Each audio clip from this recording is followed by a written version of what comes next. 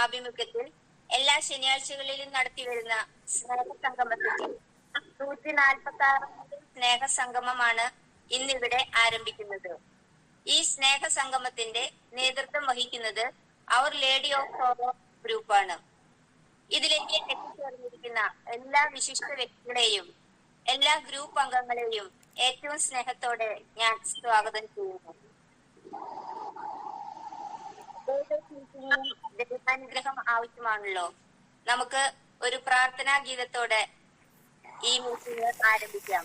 പ്രാർത്ഥനാ ഗാനം ശ്രീമതി സോജി ജോൺസനെ ഏറ്റവും സ്നേഹത്തോടെ ക്ഷണിക്കുന്നു. വിരിയൂ പ്രഭാതമേ, തെളിയൂ പ്രകാശമേ, യേശുവേ മിശിഹായേ,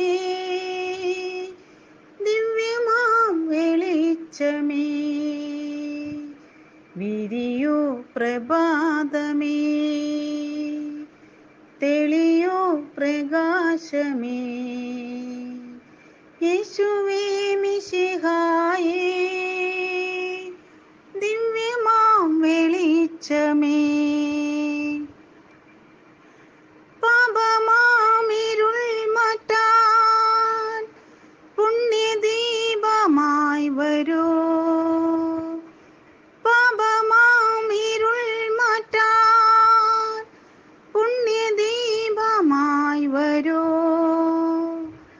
മാമക മനസ്സിലെ കോവിലിനകതാരിൽ, മാമക മനസ്സിലെ കോവിലിനകതാരിൽ, വിരിയൂ പ്രഭാതമേ, തെളിയൂ പ്രകാശമേ, യേശുവേ മിശിഹായേ, ദിവ്യമാം വെളിച്ചമേ. തവഹിതം ചെയ്ത് മോഹനമോക്ഷം പുൽകാൻ, തവഹിതം ചെയ്ത് മോഹനമോക്ഷം പുൽകാൻ, അജ്ഞത നീക്കി ദിവ്യ ജ്ഞാനിയാക്കിടുകെന്നെ, അജ്ഞത നീക്കി ദിവ്യ ജ്ഞാനിയാക്കിടുകെന്നെ. വിരിയൂ പ്രഭാതമേ, തെളിയൂ പ്രകാശമേ, യേശുവേ മിശിഹായേ, ദിവ്യമാം വെളിച്ചമേ, യേശുവേ മിശിഹായേ, ദിവ്യമാം വെളിച്ചമേ. അടുത്തതായി സ്വാഗതം ആശംസിക്കുന്നതിനായി ശ്രീമതി മറിയാമ്മ ജോസഫിനെ ഞാൻ ക്ഷണിക്കുന്നു. എന്റെ കൃപ മതി. ദൈവവചനം.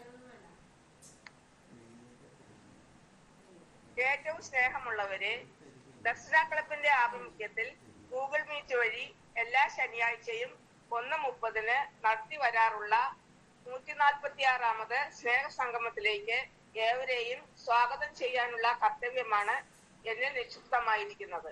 ഈ ആഴ്ചയിലെ സ്നേഹസംഗമം അറേഞ്ച് ചെയ്തിരിക്കുന്നത് ദർശന സൊസൈറ്റിയുടെ അവർ ലേഡി ഓഫ് സോറോസ് ആണ്. ആദ്യമായി അധ്യക്ഷപദം അലങ്കരിക്കാൻ എത്തിയിരിക്കുന്ന ദർശന ക്ലബ്ബ് പ്രസിഡന്റും ദർശന ക്ലബ്ബ് ഡയറക്ടറുമായ സോളമൻ കടമ്പാട്ടുപറമ്പിൽ CMI അച്ഛനെ ഏറ്റവും സ്നേഹത്തോടെയും അതിലേറെ സന്തോഷത്തോടെയും സ്വാഗതം ചെയ്തുകൊള്ളുന്നു. അച്ഛന്റെ അഭാവത്തിൽ അധ്യക്ഷപദം അലങ്കരിക്കാൻ എത്തിയിരിക്കുന്ന ദർശന ക്ലബ്ബ് വൈസ് പ്രസിഡന്റ് അഖിൽ കുമാറിനെ അധ്യക്ഷ സ്ഥാനത്തേക്ക് സാദരം ക്ഷണിച്ചുകൊള്ളുന്നു. ഉദ്ഘാടനം നിർവഹിക്കാൻ എത്തിയിരിക്കുന്ന റവറൻ ജേക്കബ് മാനാച്ചേരി CMI അച്ഛനെ ഏറ്റവും സ്നേഹത്തോടെ സ്വാഗതം ചെയ്യുന്നു. മുഖ്യ പ്രഭാഷണം നടത്താൻ എത്തിയിരിക്കുന്ന ചെറുകിട വ്യവസായ സംരംഭക ശ്രീമതി ഗീത സലീഷിനെ വളരെ സന്തോഷത്തോടെ സ്വാഗതം ചെയ്യുന്നു. ആശംസ അർപ്പിക്കാൻ എത്തിയിരിക്കുന്ന ഡിവിഷൻ 35 പള്ളിക്കുളം കൗൺസിലർ സിന്ധു ആൻഡോ ചാക്കോളയെ ഏറ്റവും സ്നേഹത്തോടെ സ്വാഗതം ചെയ്തുകൊള്ളുന്നു. അടുത്തതായി നമ്മുടെ PRO പിയൂസിനെ സ്നേഹപൂർവ്വം സ്വാഗതം ചെയ്തുകൊള്ളുന്നു. ദർശന ക്ലബ് പ്രസിഡന്റ് ഷിബിൻ ഹാരിയെയും ഏറ്റവും സന്തോഷത്തോടെ സ്വാഗതം ചെയ്യുന്നു. നമ്മുടെ റിപ്പോർട്ട് ഏറ്റവും മനോഹരമായി എഴുതി അവതരിപ്പിക്കുന്ന ശ്രീ ജോസ് കൊരട്ടിയെ സ്നേഹത്തോടെ സ്വാഗതം ചെയ്യുന്നു. ദർശന ക്ലബ് സെക്രട്ടറി സിനി സെബാസ്റ്റിനെ സ്നേഹപൂർവ്വം സ്വാഗതം ചെയ്യുന്നു. അടുത്തതായി നമ്മുടെ അവതാരക പ്രിൻസി ചാക്കോയെയും പ്രാർത്ഥനാഗാനം ആലപിച്ച സോജി ജോൺസണെയും നന്ദി പ്രകാശിപ്പിച്ച ജിസി വർഗീസിനെയും നമ്മുടെ അവരുടെയും പ്രിയങ്കരിയായ ലില്ലിയെയും ഏറ്റവും സ്നേഹത്തോടെ സ്വാഗതം ചെയ്യുന്നു. ഇനിയും സ്വാഗതം ചെയ്യാനുള്ളത് ഈ സ്നേഹസംഗമത്തിൽ എത്തിച്ചേർന്ന നിങ്ങൾ ഓരോരുത്തരുമാണ്. എല്ലാവരെയും ദർശന ക്ലബിന്റെ പേരിലും എന്റെ പേരിലും സ്വാഗതം ചെയ്തുകൊണ്ട് ദൈവനാമത്തിൽ നിർത്തുന്നു. നന്ദി. അടുത്തതായി നമുക്ക് റിപ്പോർട്ട് വായിക്കുന്നതിനായി ശ്രീ ജോസേട്ടൻ കൊരട്ടിയെ ക്ഷണിക്കുന്നു. 2017 ഡിസംബർ 10 ദർശന ക്ലബ്ബ് തൃശ്ശൂരിൽ ആരംഭം കുറിച്ചു. തുടർന്ന് 4 വർഷങ്ങൾക്ക് ശേഷം 2022 ജനുവരി 19 ദർശന ക്ലബ്ബ് ദർശന സർവീസ് സൊസൈറ്റി എന്ന പേരിൽ രജിസ്റ്റർ ചെയ്യപ്പെടുകയുണ്ടായി. ദർശന ക്ലബ്ബ് 2024 ജനുവരി മാസത്തിൽ രജിസ്റ്റർ ചെയ്തു. ദർശന ക്ലബ്ബ് ദർശന സർവീസ് സൊസൈറ്റിയുടെ യൂണിറ്റായി പ്രവർത്തിച്ചു വരുന്നു. ദർശന സർവീസ് സൊസൈറ്റി ഇന്ത്യ മുഴുവൻ മുഖ്യമായും ഭിന്നശേഷിക്കാരുടെ സർവോന്മുഖ പുരോഗതിക്ക് വേണ്ടിയും മറ്റ് പാർശ്വവൽക്കരിക്കപ്പെട്ടവരും അവഗണിക്കപ്പെട്ടവരുമായ വ്യക്തികളുടെ ക്ഷേമ പ്രവർത്തനങ്ങൾക്ക് വേണ്ടിയും പ്രവർത്തിച്ചുകൊണ്ടിരിക്കുന്നു. ക്രിക്കറ്റിന് വേണ്ടി കാഴ്ചപരിമിത 3 ടീമുകൾ, പൂർണ്ണ കാഴ്ചപരിമിത 2 ഫുട്ബോൾ ടീം, ഭാഗിക കാഴ്ചപരിമിത 2 ഫുട്ബോൾ ടീം പ്രവർത്തിച്ചു വരുന്നു. കാഴ്ചപരിമിത ശിങ്കാരിമേളം ടീം, ഓർക്കസ്ട്ര ടീം, അവരുടെ തന്നെ ഫ്യൂഷൻ ടീം, നാടൻ പാട്ട് എന്നിവ എടുത്തു പറയത്തക്ക ശ്രദ്ധേയമായ പ്രോഗ്രാമുകളാണ്. കൂടാതെ കാഴ്ചപരിമിതർക്ക് വേണ്ടിയുള്ള ചെസ്സും ഡ്രാമ ടീമും പ്രവർത്തിച്ചു വരുന്നു. ദർശന സ്വിമ്മിംഗ് ടീം കാഴ്ചപരിമിതർക്കും ചലന പരിമിതർക്കും ഉയരം കുറവുള്ളവർക്കും സ്ത്രീ പുരുഷ ഭേദമന്യേ നീന്തൽ പരിശീലനം നൽകുകയും ജില്ലാ സംസ്ഥാന ദേശീയ തലങ്ങളിലേക്ക് മത്സരങ്ങൾക്കായി പ്രാപ്തരാക്കുകയും ചെയ്യുന്നു. ദർശന വീൽചെയർ ബാസ്കറ്റ്ബോൾ ടീം ചലന പരിമിതർക്ക് വേണ്ടി സ്പോർട്സ് വീൽചെയർ ഉപയോഗിച്ചുകൊണ്ട് സ്ത്രീ പുരുഷ ഭേദമന്യേ ബാസ്കറ്റ്ബോൾ പരിശീലിപ്പിക്കുകയും സംസ്ഥാന ദേശീയ തലങ്ങളിലേക്ക് സജ്ജരാക്കുകയും ചെയ്യുന്നു. ഗ്ലോറിയ ഗ്രൂപ്പ് ചലന പരിമിതർക്ക് പാട്ടുകൾ പാടുന്നതിനും മാനസിക ഉല്ലാസത്തിനും പുതിയ വളർച്ചയ്ക്കും വേണ്ട കാര്യങ്ങൾ ഈ ഗ്രൂപ്പിലൂടെ നടത്തി വരുന്നു. മത്സരത്തിൽ പങ്കെടുക്കുന്ന വിജയികൾക്ക് ക്യാഷ് പ്രൈസ് നൽകി വരുന്നു. തിരുഹൃദയ ഗ്രൂപ്പ് ചലന പരിമിതർക്കും കിടപ്പ് രോഗികൾക്കും പ്രാർത്ഥനയിലൂടെ ആശ്വാസം നൽകുന്ന ഗ്രൂപ്പാണ്. പ്രാർത്ഥനയോടൊപ്പം തന്നെ പരസ്പരം വേദനകൾ പങ്കുവയ്ക്കുവാനും സാമ്പത്തികമായി പിന്നോക്കം നിൽക്കുന്നവരെ സഹായിക്കുകയും ചെയ്യുന്ന ഗ്രൂപ്പാണ്. ദർശന ലിറ്റിൽ ബ്രദർ ഗ്രൂപ്പ് ഉയരം കുറഞ്ഞവർക്ക് വേണ്ടിയുള്ള ഗ്രൂപ്പാണിത്. ഇതിലൂടെ അവരുടെ മാനസിക ശാരീരിക വരം പരസ്പരം പങ്കുവയ്ക്കുവാനും കലാകായിക വിദ്യാഭ്യാസ മേഖല ശ്രദ്ധ പതിപ്പിക്കാൻ വേണ്ടിയുള്ള ഗ്രൂപ്പാണ്. മാർഗദർശികളുടെ കൂട്ടായ്മ ദർശന ക്ലബിന്റെ ചാനലിലൂടെ മാർഗദർശികൾ എന്ന അഭിമുഖത്തിൽ പങ്കെടുത്ത വ്യക്തികളുടെ കൂട്ടായ്മയാണ്. ഈ അഭിമുഖത്തിൽ കാഴ്ച പരിമിതരും ചലന പരിമിതരും ഉയരം കുറഞ്ഞവരായിട്ടുള്ള 436 വ്യക്തികൾ പങ്കെടുക്കുകയുണ്ടായി. അവർ ലേഡി ഓഫ് സോറസ് വിധവകളായി വീട്ടിൽ കഴിയുന്ന വ്യക്തികളെ കൂട്ടായ്മയാണ് വ്യാകുല മാതാവിന്റെ കൂട്ടായ്മ. ഈ കൂട്ടായ്മയിലൂടെ അവരുടെ മാനസിക ശാരീരിക വിഷമതകൾ പങ്കുവയ്ക്കുവാനും പ്രാർത്ഥനയിലൂടെ ദൈവാനുഗ്രഹം പ്രാപിക്കുന്നതിനും ധൈര്യം സംഭരിക്കുന്നതിനും പ്രവർത്തിച്ചു വരുന്നു. അതുപോലെ തന്നെ സാമ്പത്തികമായി പിന്നോക്കം നിൽക്കുന്ന വ്യക്തികൾക്കും അവരുടെ മക്കൾക്ക് വിദ്യാഭ്യാസത്തിനും വേണ്ട സാമ്പത്തികമായി സഹായം നൽകുന്നതിനും ഈ ഗ്രൂപ്പിലുള്ളവർ തയ്യാറാകുന്നു. ഏദൻ ഗ്രൂപ്പ് മക്കളില്ലാത്ത ദമ്പതികളുടെ കൂട്ടായ്മയാണ് ഏദൻ ഗ്രൂപ്പ്. മക്കളില്ലാത്തതിന്റെ വിഷമം മൂലം വേദന അനുഭവിക്കുകയും തിരസ്കരണം നേടുകയും ചെയ്യുന്ന ദമ്പതികൾ ഒത്തൊരുമിച്ച് പരസ്പരം വിഷമതകൾ പങ്കുവയ്ക്കുവാനും സാമൂഹിക പ്രവർത്തനങ്ങളിലൂടെ കർമ്മനിരതരാക്കാനും ഈ ഗ്രൂപ്പിലുള്ളവർ തയ്യാറാകുന്നു. ദർശന യൂട്യൂബ് ചാനൽ 2020 ഏപ്രിൽ മാസത്തിൽ ആരംഭിച്ച ദർശന ക്ലബ് യൂട്യൂബ് ചാനൽ ഭിന്നശേഷിക്കാരുടെ അഭിമാനമായി ചാനലായി മാറിക്കഴിഞ്ഞിരിക്കുന്നു. 8000 പരം സബ്സ്ക്രൈബേഴ്സ് ഇതിലുണ്ട്. ദർശന ക്ലബിന്റെ യൂട്യൂബ് ചാനലിലൂടെ ഭിന്നശേഷിക്കാരുടെ കലാവാസനകൾ പ്രകടമാക്കുന്നതിനും കനവെന്ന പ്രോഗ്രാം, ആത്മീയമായി ഉന്നമനത്തിന് വേണ്ട ധ്യാനങ്ങൾ, ക്ലാസുകൾ, സമകാലിക വാർത്തകൾ, സ്നേഹസംഗമം തുടങ്ങി നിരവധിയായ പ്രവർത്തനങ്ങൾ യൂട്യൂബ് ചാനലിലൂടെ നടത്തി വരുന്നു. ഇരിങ്ങാലക്കുട ക്രൈസ്റ്റ് കോളേജിൽ വെച്ച് എല്ലാ വിഭാഗത്തിൽപ്പെട്ട ഭിന്നശേഷിക്കാർക്ക് വേണ്ടി അത്ലറ്റ് മീറ്റും വീൽചെയർ വിഭാഗത്തിൽപ്പെട്ടവർക്ക് വടംവലി മത്സരവും പഞ്ചഗുസ്തി മത്സരവും നടത്തി വരുന്നു. ഭിന്നശേഷിക്കാർക്ക് വേണ്ടി വിനോദയാത്രകളും ഉപജീവനാർത്ഥം സ്വതന്ത്രരുടെ പരിശീലനങ്ങളും അവസരങ്ങളും സജ്ജമാക്കുന്നു. ദർശനങ്ങളുടെ പ്രവർത്തനങ്ങൾക്ക് സാമ്പത്തികമായി സഹായിക്കുന്നതിന് സുമനസ്സുകളായ വ്യക്തികളെ DSS ദർശന ഫ്രണ്ട്സ് എന്ന ഗ്രൂപ്പും പ്രവർത്തിച്ചു വരുന്നു. ദർശനയുടെ പ്രവർത്തനങ്ങൾക്ക് ന്യൂനതവും ക്രിയാത്മകമായ ചിന്തകൾ പങ്കുവയ്ക്കുവാനും ഊർജ്ജസ്വലമായി പ്രവർത്തിക്കുന്നതിനു വേണ്ടി ഒരു ഉപദേശക സമിതിയും പ്രവർത്തിച്ചു വരുന്നു. സ്നേഹസംഗമം എല്ലാ ശനിയാഴ്ചകളും ഉച്ചയ്ക്ക് 1:30 ദർശന ക്ലബ്ബ് ഓൺലൈനിലൂടെ സ്നേഹസംഗമം കൂട്ടായ്മ നടത്തി വരുന്നു. 60-ൽ പരം വ്യക്തികൾ ഗൂഗിൾ മീറ്റിംഗിലൂടെ നടത്തപ്പെടുന്ന ഈ സ്നേഹസംഗമത്തിൽ പങ്കെടുക്കുന്നു. മത നേതാക്കന്മാരിൽ ഉദ്ഘാടനം ചെയ്യപ്പെടുന്ന മോട്ടിവേഷൻ ക്ലാസുകളും സർക്കാരിന്റെ വിവിധ ഡിപ്പാർട്ട്മെന്റുകളിൽ വരുന്ന വ്യക്തികളുടെ മുഖ്യ പ്രഭാഷണങ്ങളും ഡിപ്പാർട്ട്മെന്റുകളെ പറ്റി പരിചയപ്പെടുത്തലും സമൂഹത്തിന്റെ മുൻനിരയിലുള്ള വ്യക്തികളുടെ പ്രസംഗങ്ങളും ഈ പ്രോഗ്രാമിൽ നടത്തിവരുന്നു. പ്രിയപ്പെട്ട സഹോദരങ്ങളെ, 23/3/2024 ശനിയാഴ്ച ഉച്ചയ്ക്ക് 1:30 Darshana service society vice president Shri Akhil കുമാറിന്റെ അധ്യക്ഷതയിൽ ചേർന്ന 145ാമത് സ്നേഹസംഗമത്തിന്റെ റിപ്പോർട്ട്. അവതരണം Kumari N Thomas, Seema N Thomas. പ്രാർത്ഥന കുമാരി ആനി തെക്കന്താണിശ്ശേരി. സ്വാഗതം Shri Pius Kottappuram. Shri Jose Koratty group പരിചയപ്പെടുത്തി റിപ്പോർട്ട് അവതരിപ്പിച്ചു. തുടർന്ന് അധ്യക്ഷന്റെ വാക്കുകളിലൂടെ എല്ലാവർക്കും നമസ്കാരം. 145ാമത് സ്നേഹസംഗമത്തിലാണ് എത്തി നിൽക്കുന്നത് എന്ന് പറയുന്നതിൽ വളരെ സന്തോഷമുണ്ട്. കഴിഞ്ഞ ആഴ്ചത്തെ 144ാമത്തെ സ്നേഹസംഗമവും വാർഷികവും ഫീസും ജന്മദിനവും വേറിട്ട ഒരു പരിപാടിയായിരുന്നു. ഭിന്നശേഷിക്കാരുടെ നേട്ടത്തിനായി അച്ഛൻ ഒരുപാട് പ്രവർത്തിക്കുന്നു.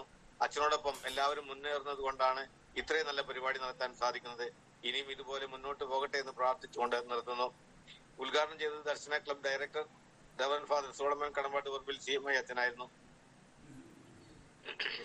ഇന്നത്തെ യോഗ അധ്യക്ഷനായിരിക്കുന്ന ശ്രീ അഖിൽ കുമാർ, മുഖ്യാതിഥി വൈശാഖ്, പ്രസിഡന്റ്, കൺവീനർ, PRO, അവതാരിക ആൻചേച്ചി, മറ്റംഗങ്ങളെ. വിരൽ സൂര്യനെ കാണിക്കുമ്പോൾ വിഡികൾ വിരലിനെ നോക്കി കാണുന്നു. നാം നമ്മിലേക്ക് നോക്കാതെ ഉയരങ്ങളിലേക്ക് നോക്കി മുന്നോട്ട് പോകുക. എല്ലാത്തിനും മുന്നിട്ട് നിൽക്കട്ടെ എന്ന് പ്രാർത്ഥിക്കുന്നതിനോടൊപ്പം ഇന്നത്തെ ദിവസത്തെ എല്ലാ നന്മകളും നടന്നുകൊണ്ട് യോഗം ഉദ്ഘാടനം ചെയ്തിരുന്നു. മുഖ്യാതിഥി Shri Vaishakh, senior amputee football Indian team captain അവർകളായിരുന്നു. എല്ലാവർക്കും നമസ്കാരം. ഞാൻ ഫുട്ബോൾ കളിക്കാൻ ചേട്ടന്റെ കൂടെ സൈക്കിളിൽ പോകുമ്പോൾ ട്രാൻസ്പോർട്ട് ബസ് തട്ടി ഒരു കാൽ മുറിച്ചു മാറ്റി എന്നതാണ് ഒരു സത്യം. ലോകത്തിൽ ഏറ്റവും വലുത് ഭയമാണ്. ഭയത്തെ മാറ്റി നിർത്തുക. നാം നിരന്തരം പരിശ്രമിച്ചാൽ എന്ത് തന്നെയായാലും അത് നമുക്ക് നേടാൻ പറ്റും. ക്യാപ്റ്റൻ തന്റെ ജീവിതകഥ, താൻ നേടിയ കാര്യങ്ങൾ വളരെ വ്യക്തമായി പറഞ്ഞു തന്നു. എന്നെ വിളിച്ചതും നിങ്ങളെ കാണാൻ സാധിച്ചതും നന്ദി പറഞ്ഞു. നമസ്കാരം. ലിജോ കോഴിക്കോട്, റോസ്ലി MD രണ്ടുപേരും ജന്മദിനത്തിനെ വിളിച്ചതിന് നന്ദി പറഞ്ഞു. ആശംസകൾ, എല്ലാവരും ആശംസകൾ നേർന്നു. 16ാം തീയതിയിലെ ആഘോഷത്തിൽ അവാർഡ് ജേതാക്കൾ നന്ദിയും കടപ്പാടും സന്തോഷം അറിയിച്ചു. ഈ റിപ്പോർട്ട് എല്ലാവരുടെയും അംഗീകാരത്തിനായി സഭാസമക്ഷം സമർപ്പിക്കുന്നു. ലീഡർ. സ്നേഹ സംഗമത്തിന്റെ അധ്യക്ഷ പദവി അലങ്കരിക്കാനായിട്ട് നമ്മുടെ എല്ലാമായ റവറൻ ഫാദർ സോളമൻ കടമ്പാട്ട് പറമ്പിൽ അച്ഛന് ഈ സ്നേഹ സംഗമത്തിൽ പങ്കെടുക്കാൻ കഴിയില്ല എന്ന് അറിയിച്ചിട്ടുണ്ട്. ഫാദർ മധ്യപ്രദേശിലെ ഗ്വാളിയാറിൽ നീന്തൽ താരങ്ങളെയും കൊണ്ട് പോയിരിക്കുകയാണ്. ഇന്നും തുടർന്നും നടക്കുന്ന മത്സരങ്ങളിലെല്ലാം നല്ല വിജയം കരസ്ഥമാക്കാനായിട്ട് നമ്മുടെ പ്രാർത്ഥനാ സഹായം ആവശ്യപ്പെട്ടിട്ടുണ്ട്. എല്ലാ നീന്തൽ താരങ്ങളും വിജയശ്രീ ലാളിതരായി വരട്ടെ എന്ന് നമുക്ക് പ്രാർത്ഥിക്കാം. അടുത്തതായി അച്ഛന്റെ അഭാവത്തിൽ അധ്യക്ഷനായിട്ടുള്ള നമ്മുടെ ദർശന ക്ലബിന്റെ വൈസ് പ്രസിഡന്റ് ശ്രീ അഖിൽ കുമാറിനെ ക്ഷണിക്കുന്നു. എല്ലാവർക്കും നമസ്കാരം. ആദ്യം തന്നെ നാളെ ഈസ്റ്റർ ആണ്. അപ്പോ നമ്മളൊക്കെ ഒരുപാട്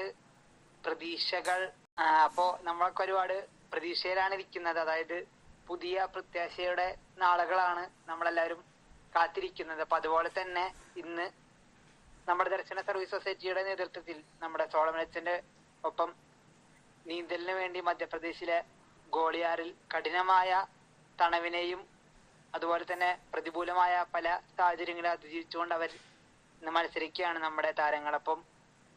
ഞാൻ തന്നെ അവർക്ക് എല്ലാവിധ വിജയാശംസകളും നേർന്നുകൊണ്ട് ഞാൻ എന്റെ കർത്തവ്യത്തിലേക്ക് കടക്കുകയാണ്.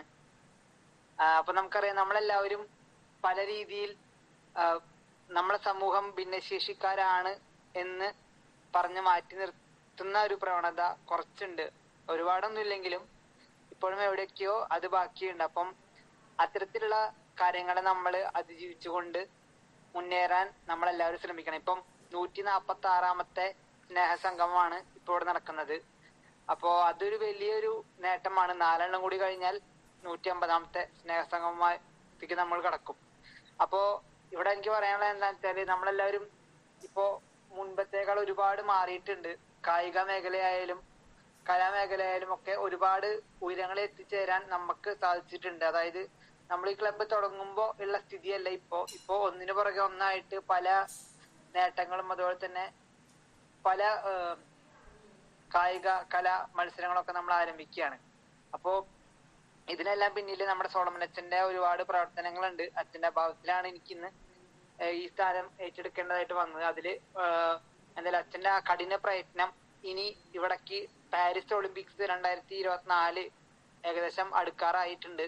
അപ്പോ അതിന് മുന്നോടിയായിട്ടുള്ള ഈ ഒരു മത്സരത്തില് നമ്മളെ ഈ രാജ്യത്തെ പ്രതിനിധീകരിച്ചുകൊണ്ട് പാരാ ഒളിമ്പിക്സിൽ പങ്കെടുക്കാൻ വേണ്ടി ഒരു ഇന്ത്യൻ താരങ്ങൾ പോകട്ടെ എന്ന് കൂടിയാണ് ആശംസിക്കുന്നത്. അച്ഛന്റെ ഈ പ്രയത്നത്തിനൊരു റിസൾട്ടായിട്ട് അത് ലഭിക്കും എന്നൊരു കാത്തിരിപ്പിലാണ് നമ്മളെല്ലാവരും ഉള്ളത്. അതുപോലെ തന്നെ ഇന്നിവിടെ നമുക്കറിയാം നമ്മളെല്ലാവരും പല തരത്തിലുള്ള ഭിന്നശേഷി അവസ്ഥകളിലൂടെ കടന്നു പോകുന്ന ആളുകളാണ്. അപ്പം ഇന്ന് നമ്മളിവിടെ അതിഥിയായിട്ട് വന്നിട്ടുള്ളത് ഗീത ചേച്ചിയാണ്. അപ്പൊ എനിക്ക് മുമ്പ് അറിയാം, അതായത് ചേച്ചിയുടെ കാഴ്ച പരിമിതിയെ അതിജീവിച്ചുകൊണ്ട് മറ്റുള്ളവരുടെ പിന്തുണയും അതുപോലെ സമൂഹത്തിന്റെ സപ്പോർട്ടും ഉണ്ടെങ്കിൽ നമുക്ക് അപ്പൊ ആരും കൈവയ്ക്കാത്ത മേഖലയാണെങ്കിൽ പോലും നമുക്ക് കടന്നു ചെല്ലാൻ സാധിക്കും എന്നതിന്റെ ഒരു ഉത്തമ ഉദാഹരണമാണ് ഗീത ചേച്ചി. കാരണം ആ പരിമിതികളൊക്കെ മറികടന്നുകൊണ്ട് എത്രത്തോളം നേട്ടം നേടാൻ സാധിക്കും, നമുക്ക് സ്വന്തമായിട്ട് എന്തൊക്കെ സമ്പാദിക്കാൻ കഴിയുമെന്നുള്ളതിന്റെ ഒരു ഉദാഹരണമാണ്. അപ്പൊ ചേച്ചിയെ പോലെ നമ്മളെല്ലാവരും ശ്രമിക്കണം.